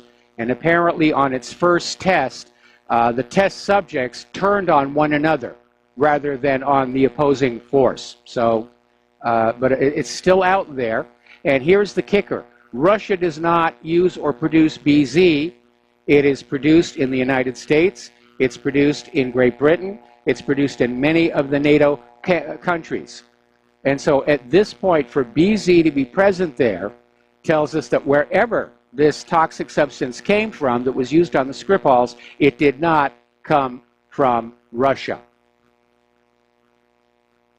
Now, over in Ukraine, we're starting to see some very alarming trends indicating that Kiev is going to try and cook up some kind of a war in Donbass. Yet another flashpoint to get us into a war against Russia. Down in Israel, the march for land is continuing. Israeli snipers are still shooting at the protesters. And rights groups are out there saying that peaceful protests don't represent combat, and therefore the IDF has no legal right to be shooting the protesters. Now, they've killed dozens, they've wounded well over 1,200 protesters, and the rules of engagement for the IDF is if they're out there protesting against Israel, well, that's a threat. And no, it isn't. Apparently in Palestine, 4 Palestinians have been killed in Gaza by suspected Israeli shelling. And apparently no particular reason why they did that. Just Israel being Israel again. Now, China just had a major military parade. It was a show of force and support for Russia. And in response, we're hearing all of this tough talk from the Pentagon, from General Joseph Dunford, chairman of the U.S. Joint Chiefs of Staff, is out there saying that the Pentagon has a global campaign plan for China. So now they're talking about taking on China. It really is rather absurd. Now, I want to talk a little bit about the Navy. And the Navy's been hit by a huge number of scandals lately. There's the Fat Leonard scandal that involves something like 60, that's 60 admirals who were getting kickbacks for inflated naval contracts being sold by this Fat Leonard character. Then you have, of course, the recent issues with some of our warships colliding with cargo ships and tankers out here in the Pacific, which they tried to claim was a deliberate attack, and it wasn't. And now the U.S. Navy is accused of tech piracy. And apparently German software company Bit Management caught the Navy illegally installing this virtual reality software. And in 2011, the company agreed to license to the Navy 38 copies of its virtual reality software. And the Navy was reportedly happy with the software, and Bit Management began negotiating to sell additional copies. And then they discovered that the Navy had installed this software on more than 500,000 computers. So now there's a massive, massive lawsuit for intellectual property violations. Boy, it's not quite the Navy that we're shown in all those movies and TV shows and the commercials, and like Top Gun. Since the year 2001, you, the American taxpayer, have spent at least $4.5 trillion on wars. This is not including the trillions that simply went missing out of the Pentagon. So if you're walking around the streets of your town and you're wondering why the pavement is cracked and the metal's all corroded, and why there are hungry and homeless people all over, why there are so many retail vacancies, it's because all of the wealth of the country has been sucked out to give to the war machine. We've been living in a wartime economy for going on 20 years, and our nation is showing it. It is really showing it. We're going to do a shout out now to our on-air affiliates who are just now rejoining the network.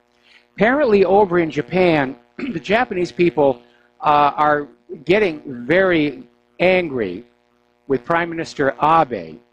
And apparently he is engulfed in quite a few of his own scandals. There's a feeling of crisis. And there was a huge rally in Tokyo demanding that Prime Minister Abe resign. This, of course, is going to put a crimp in efforts to find a peaceful solution for North Korea. All right, let's talk about some of the domestic political stuff that's coming along here. The FBI and the Department of Justice has confirmed that some of the memos Comey took when he was fired contained classified information. That's a Title 18 violation right there.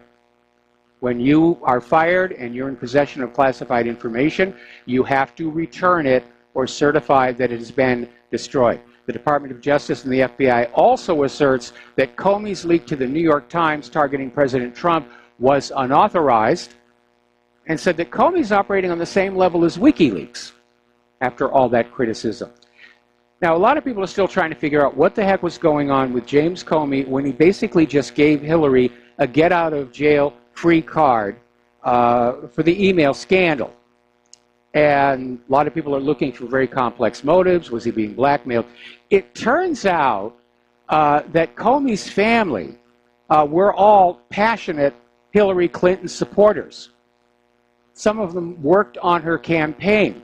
Comey's wife was just out there saying, it's time we have a woman president. I mean, forget about all the other stuff. Forget about the dead bodies. Forget about the corruption of the foundation. Forget about, but she's a woman. It's time for a woman president. And apparently, Comey's wife basically pressured him in to dropping the email investigation because they thought Hillary was going to win. Wrong on that count. Apparently, Comey's wife took part in some of those post-election demonstrations where the snowflakes went on out there and cried and screamed and popped bubble wrap and so forth and so on here. Now, as you know, the FBI raided the offices of Trump attorney Michael Cohen, and they're down in the gutter. This is all about that Stormy Daniels affair, and I'm sick and tired of hearing about it. I'm sick and tired of seeing her face on TV. And they stole, they confiscated a bunch of materials, some of which Comey says have actually nothing to do with the case that was on the warrant. And they're not supposed to do that either. Well, an attorney for President Trump has asked a federal judge to allow the president and his lawyers to have the first look at the FBI evidence seized in the Michael Cohen office raid. Now, I have a comment about that, and that is a thing called attorney-client privilege, which is supposed to be inviolable. And in their eagerness to get Donald Trump, they violated attorney-client privilege. They violated the scope of the warrant. They're down there in the gutter dealing with porn stars. It betrays just how desperate they are. Now, I am very disappointed in Donald Trump, okay? But we all have to play by the rules. If we don't play by the rules, then we're no better than the government itself is. And I don't want to go there. Another story that came on out, this is before it's news, that the main reason Hillary was not indicted is because everyone in Washington, D.C. was tied to that Clinton Foundation. And that was something that we suggested might be the case all the way back when the email case first broke and nothing was being done. Hillary had all this money. It was basically a slush fund and a money laundry all in one, and everybody was dipping into it. If the entire truth about the Clinton Foundation ever came out, it would probably be the biggest single scandal in U.S. history, outdoing the Teapot Dome, for example. Now, right now, governments and big banks are stockpiling gold, an indication that they think there's going to be some kind of an upset in the paper currencies. Russia and China are certainly grabbing as much gold as they can. People keep asking, how much gold is still in Fort Knox? Trust us, the American people's gold is still there, really, honest. We talked about this on the Gold Conspiracy, the History Channel. We don't know what's down there. Remember when Germany wanted to repatriate their gold? They got that big stall from the New York Fed. And when they finally got their gold back, it wasn't the same bars Germany had set over there for storage. They were new bars, and they turned out to be far less pure than what Germany had sent over. The New York Fed was using the gold. They would take it in, charge a fee for storage in their gold vaults, and then when nobody was looking, it would go out the back and be rehypothecated for some other purpose. Bunch of crooks over there. The global debt bubble has hit a new all-time high. It's always going to do that because of private central banking. The debt grows faster than the available money supply. So the global debt bubble has hit $237 trillion with a T. Global debt increased 10% in 2017 to nearly a quarter quadrillion US dollars. There's no way to pay it off. That's the problem with private central banking. The debt that is being created can never be paid off. There isn't enough money. We could all wind up standing in the middle of the street, totally naked, no food, no housing, no nothing, and there still would not be enough money to pay that debt off. It's a system of enslavement. And that's what the bankers want. They want us all to be their debt slaves. One planet, one government, one private central bank. To hold the human race in debt bondage until we go extinct. Now, here's an interesting little report. This came out of Project Republic today. And apparently, there's a new report examining the budgets of both the Defense Department and the Department of Housing and Urban Development. And it found that between the years 1998 and 2015, these two departments alone misplaced, over $21 trillion in American taxpayer funds.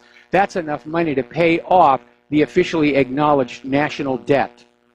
Now, the report was written by Dr. Mark Skidmore, a professor of economics at Michigan State University, and Catherine Austin Fitz. I'm sure you've heard that name before. And it says the missing money is a direct result of unsupported journal voucher adjustments made to the department's budgets. There's all these creative bookkeeping, mark to market and so forth. Whatever happened to, this is what we've got, this is what we spent, this is what we have left over. Huge sums of money have disappeared into the Pentagon and HUD. And I don't think we should give the Pentagon any more money until they find out where all of that went. Because if we give them more of our trillions, what are they going to do? They're going to misplace it. They'll just lose it. It's going to go into somebody's pocket.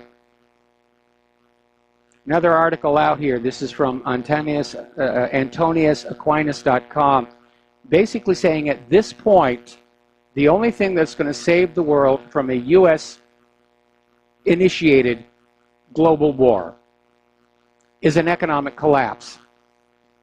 And I think that's what we're all going to have to work toward, finding a way to bring the economy down in order to forestall World War III. Now, do you remember back when Bill Clinton was president and they made a big deal about his federal budget surplus? Oh, look at all that money. We've got a federal budget surplus. And then it later came on out that what Bill Clinton had done was basically take the cash buildup in Social Security that was putting in there for the expected surge in baby boomer retirements, and he moved it to the General Revenue Fund and he spent it.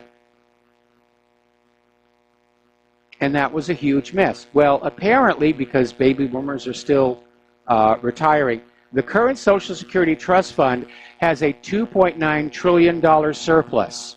And apparently, Congress just voted to basically commandeer that as part of cost reductions.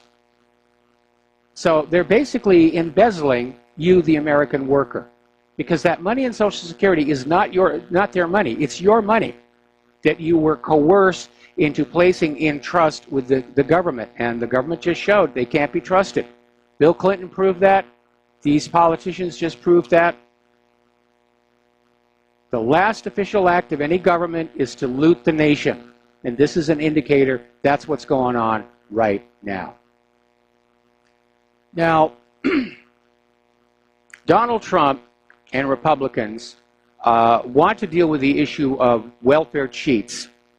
And we need to be very careful. There are some people who need assistance. There are people who just kick back, get the welfare, watch TV all day. So they're bringing back on the national level an obligation for work requirements on most adults who receive SNAP or food stamps. And I think it's a good idea up to a point. It depends on what you're going to have them do. My concern is that a welfare recipient is given a job that might otherwise be filled by somebody who would be earning wages or a salary on that job. Now, if you're talking about going on out and cleaning up the streets or something like that, I think that might actually help.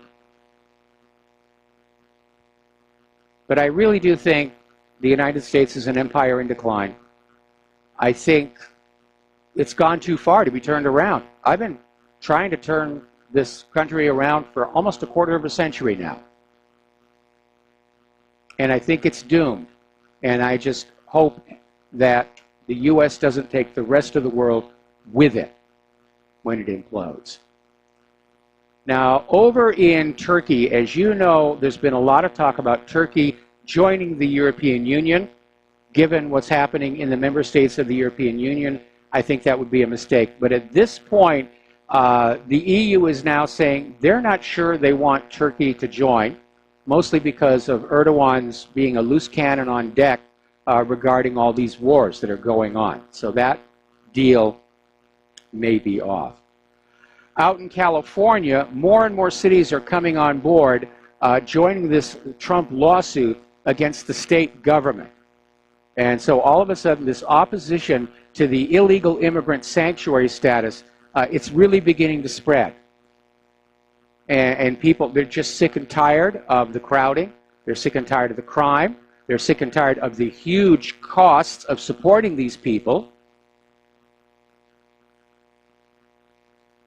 So they're all getting on board. And of course, the open borders people are out there screaming, oh, you're being a racist again. No, we're not being racist. Illegal isn't a race. All right, we're coming up here on another commercial break, and we'll be right back after these few words. And aloha, America. Welcome back to our show here. And just now on Fox News, they had a lower third. FBI warns of Russian cyber attack.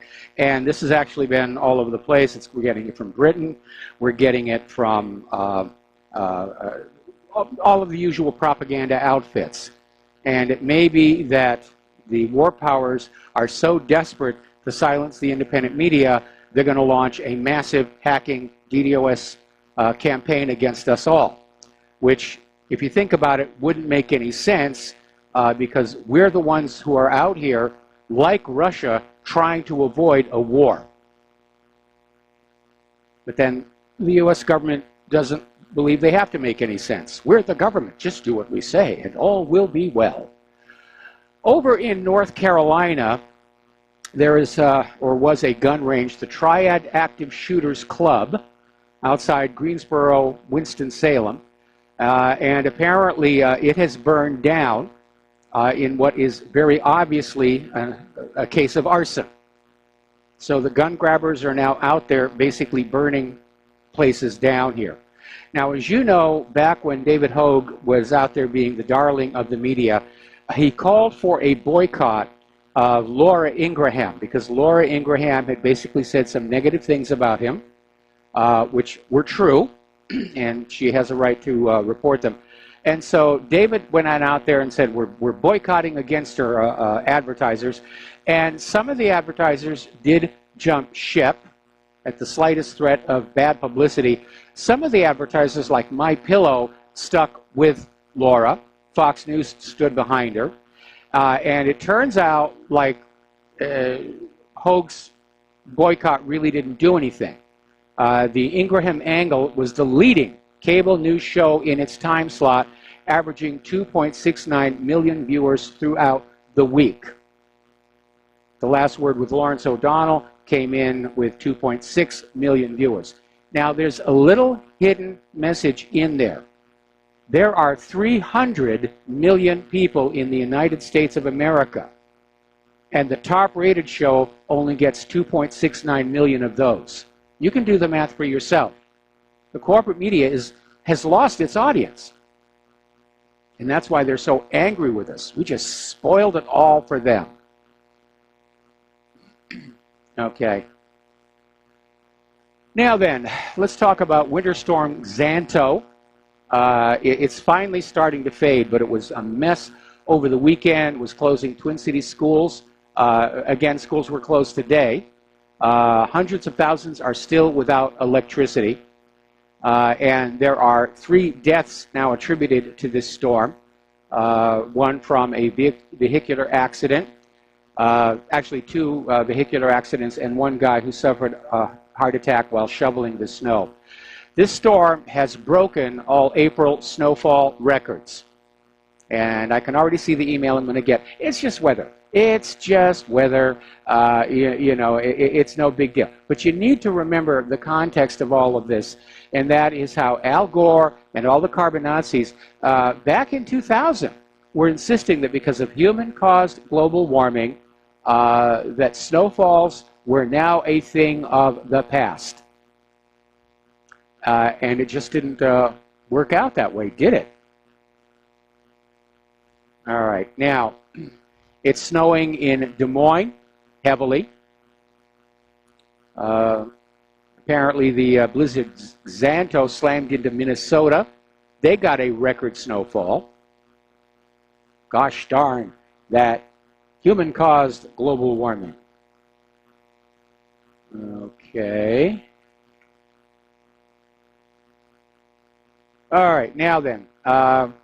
Apparently over at Boreal Mountain Resort, they're enjoying, in a late season, skiers and snowboarders are out there. They're having a lot of fun. So, again, I think it's pretty obvious at this point, the global warming was a huge money-making hoax. And they're trying to rebrand and say, well, it's climate disruption. And they're still pulling out that old one about how global warming results in colder winters, which that's the shark right there. And let's see. Spring storm brings low snow to Sierra. Apparently, it's snowed in Africa. And over here in WCAX is reporting their snow all over there as well. So it's out there. And they lied to us. There's no other way to put it. They lied to us to get our obedience and our money. That's what they did. Now, interestingly enough, over at Fox 17, they have a weatherman, Gary Frank, who was being basically chastised by fans for just always talking about cold weather. And he came on out and finally said, what do you want me to do, lie to you? That's Al Gore's job. We're going to take another break for commercials. We'll be right back. Aloha, America. Welcome back to our show. Now, we were talking about how long it takes to clean up contaminated sites, which underscores the fact that this claim that the reason they're not finding chemical weapons in Duma is Moscow tampered with the site. It's an utterly ridiculous lie on the face of it here. We were talking about Fukushima cleanup. Hanford is another one. The Hanford Nuclear Reservation. It's a huge, huge chunk of land out in the American West, up into Washington State, Oregon. And they're trying to clean it up there. The place has been around for 70 years. They were making portions of the atomic bomb dropped on Nagasaki. And apparently, as workers tear down buildings to basically demolish them, the workers are being exposed to intensive radiation. And they're now finding radiation 10 miles away from the Hanford Nuclear Reservation as demolition work is halted after the contamination of the workers. I feel really sorry for all those people downstream from Hanford. The government just hasn't really cared about them at all. You know, one of the things I discovered is I was trying to do some research on cancer. It's actually very hard to find any detailed maps of where people are getting cancer.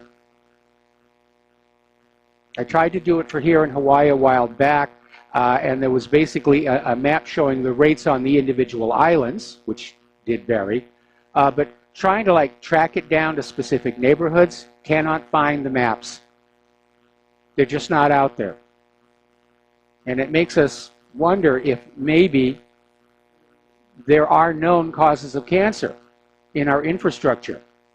High-powered radio transmitters, exposure to certain chemicals, and they don't want people looking at those maps. Certainly the realtors don't want people looking at those maps and deciding they don't want to buy a home in this brand new development sitting over a nuclear landfill.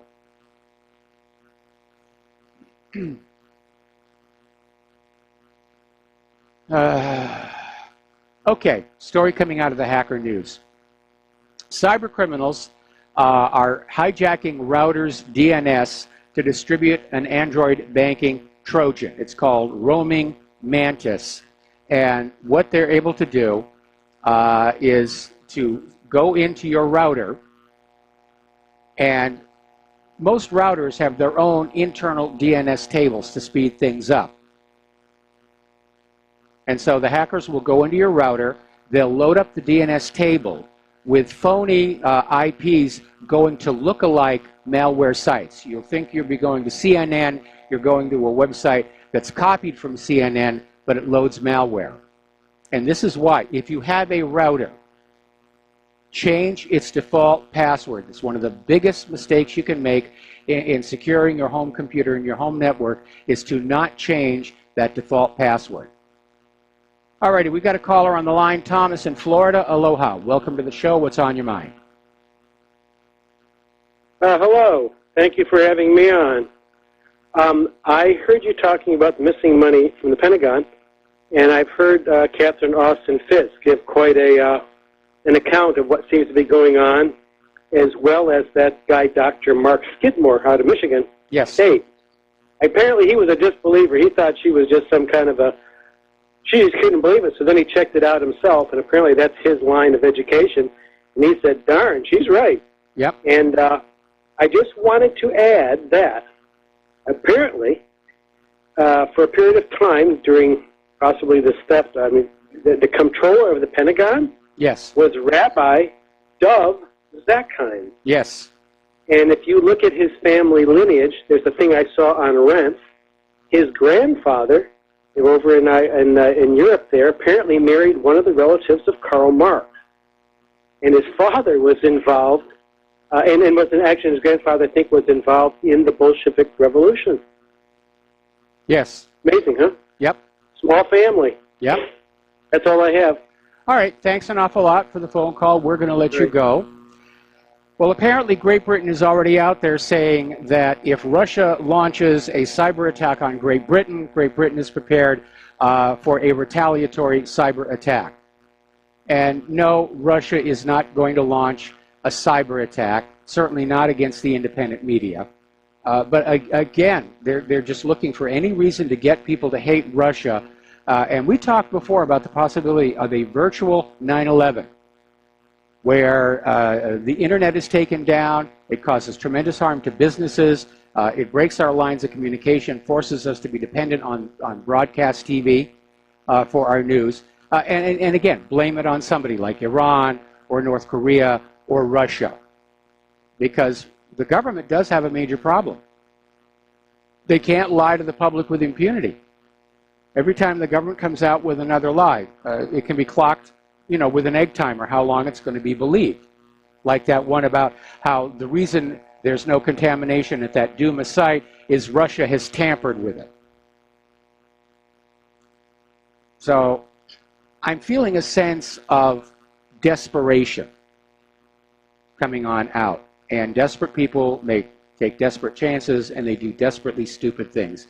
All right, let's go back to the phones. Roxanne in Texas, aloha. Welcome to the show. What's on your mind? Hello? Roxanne, are you there? Yes, okay.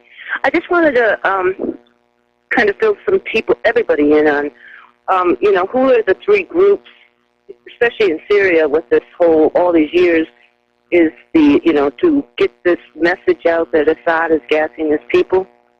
they would be the White Helmets, okay? That's a UK intelligence group that runs that.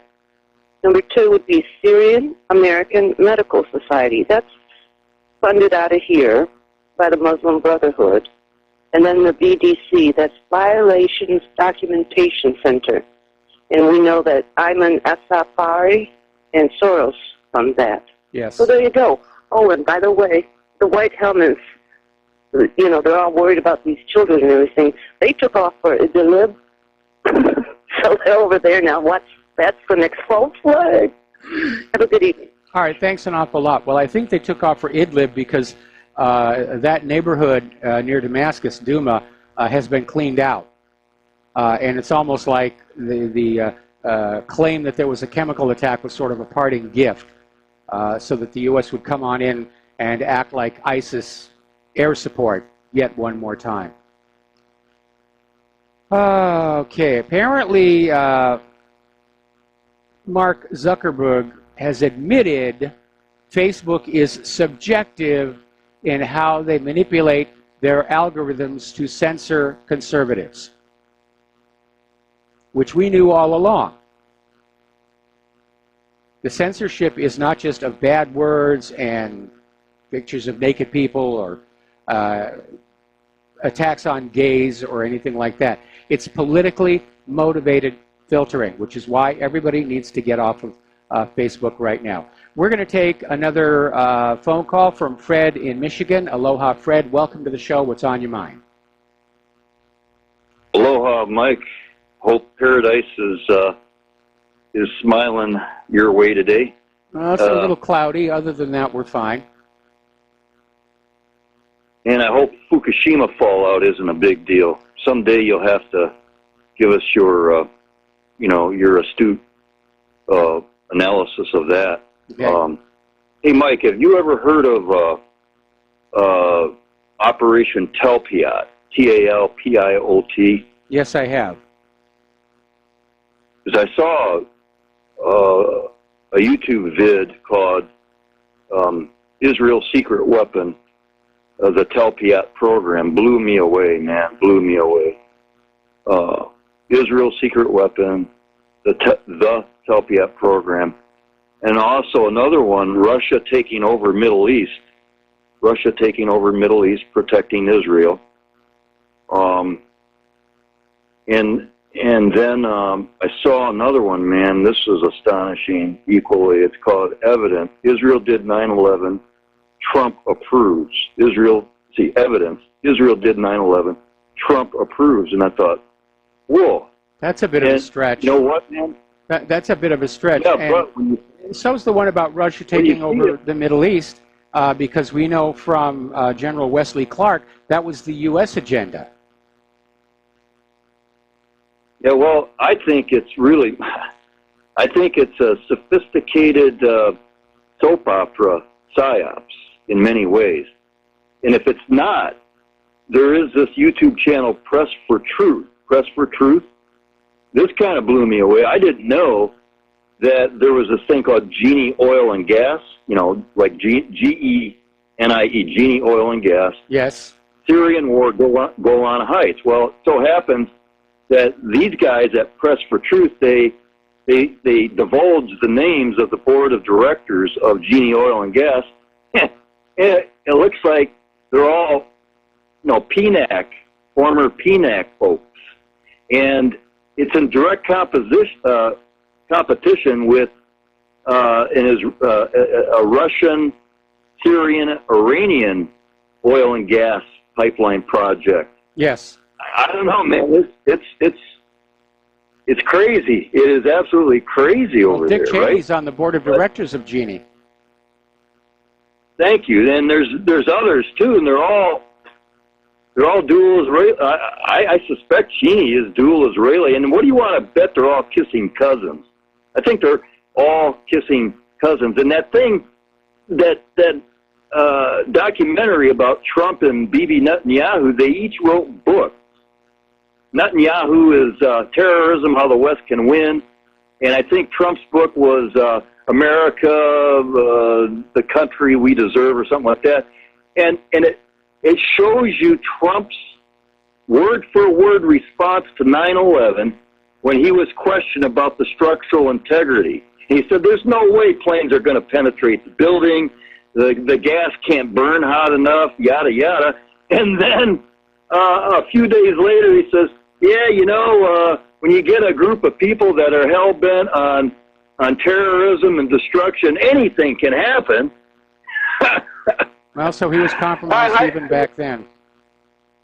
Oh, Anyway, man, you got to see it, Brooke. You got to see it. Fred, you know, I Fred, I'm sorry to cut you off. Okay, We've got some breaking news here Right. I need to get to, so thank you very much for the phone call. We're going to let you go. All right, apparently there is another missile attack taking place over Syria right now. According to SANA, the sirens are sounding, and it looks like there's another missile attack targeting Shayrat Air Base in Homs Province.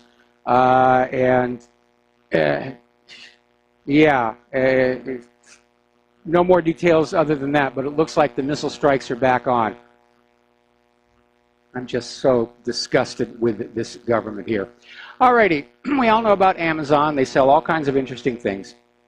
Apparently over in Great Britain, Amazon UK has been forced to pull child sex dolls from their online storefront after widespread complaints from a watchdog group. And apparently the concern was that pedophiles might use them as a gateway doll, which would lead them to the sexual abuse of real children. My question is, why does Amazon even have this sort of thing in the first place? And I know they got a lot of interesting stuff out there in Amazon, and there's a lot of kinky stuff, but I have to side with the critics on this one. That was wholly inappropriate. It was wholly inappropriate. Story coming on out of the Daily Mail. Top medical journals accused of skewing research by raking in millions of dollars in bribes from drug firms.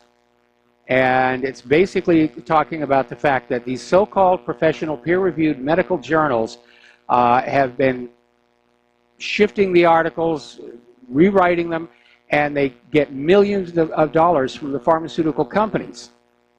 And obviously that calls the reliability and the honesty and accuracy of those journals into question. Now, journals profiting the most from this cozy relationship with drug firms included the Journal for the American Medical Association, which gets 52% of its revenue from printing studies by pharmaceutical companies that obviously favor their product, and the Journal for the American College of Cardiology, whose 35 editors rake in an estimated $15 million from companies every single year. So it's all about the money. It's not about quality medical care. It's about pushing product. Now, a lot of people are very upset over this approval for the mega merger of Bayer and Monsanto. And these are two companies with very, very lousy reputations. Of course, we all know about Monsanto and glyphosate and their attempt to force GMO seeds on the entire planet.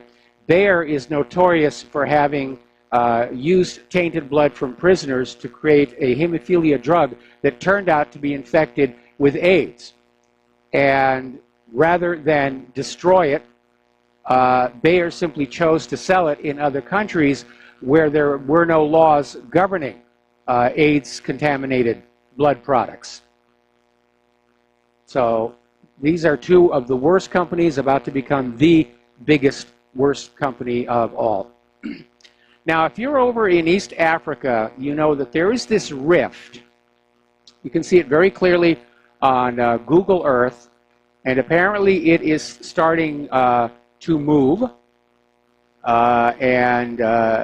Apparently this rift made a sudden appearance in southwestern Kenya and suggests that the eastern part of Africa is starting to pull away and form its own new continent. Of course, it's going to take, you know, tens of thousands, if not millions of years, but it is interesting to start to see this happen.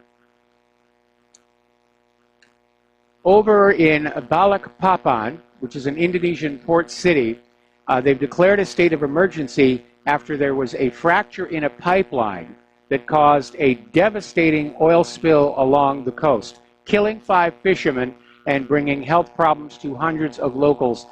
Apparently, it ignited, and it's covering an area of around 18 square kilometers, or 7 square miles, contaminating the sea and polluting the air with thick black smoke.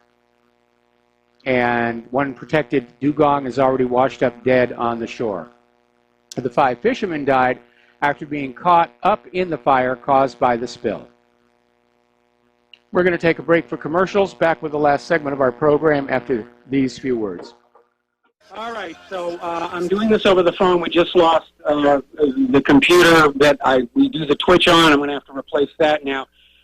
More news coming in about that attack on Syria. Apparently, Israeli warplanes are attacking Damascus. Syria is trying to fight back. So the caller we had earlier in the show was absolutely right. This is not over. It's not going anywhere. And it's a rough time. This is a very, very dangerous time, and a lot of people have been going to sleep at night dreaming of mushroom clouds out the window. So the issue is going to be, at some point, when does Syria really react to all these provocations? When does Russia react to all the provocations? This is not a new Cold War. This is a hot war that they're moving toward. That report that Donald Trump wanted to bomb Iranian and Russian assets last Friday is very, very scary. And he actually thinks we can win a war against Russia and China. And I disagree. I don't think that we can. And any war that we have will be costly on both sides. So it's a very, very dangerous situation indeed. Okay, anyway, down in Australia, apparently they've got a major brush fire that is on its way towards a nuclear reactor. And there doesn't seem to be any way to stop it. It's just outside of Sydney, and they're obviously very, very concerned. Okay, I'm hearing something in the background. Anyway, by the way, speaking of the Navy scandals here, apparently a Navy chaplain has been fired after he was caught on video having sex in the parking lot of a New Orleans bar. So there's a good one right there. All right, we're coming up here on the top of the show. Stay tuned for John Stadmiller, and hopefully we'll have our technical issues worked out by tomorrow. So have a good day. Aloha, America.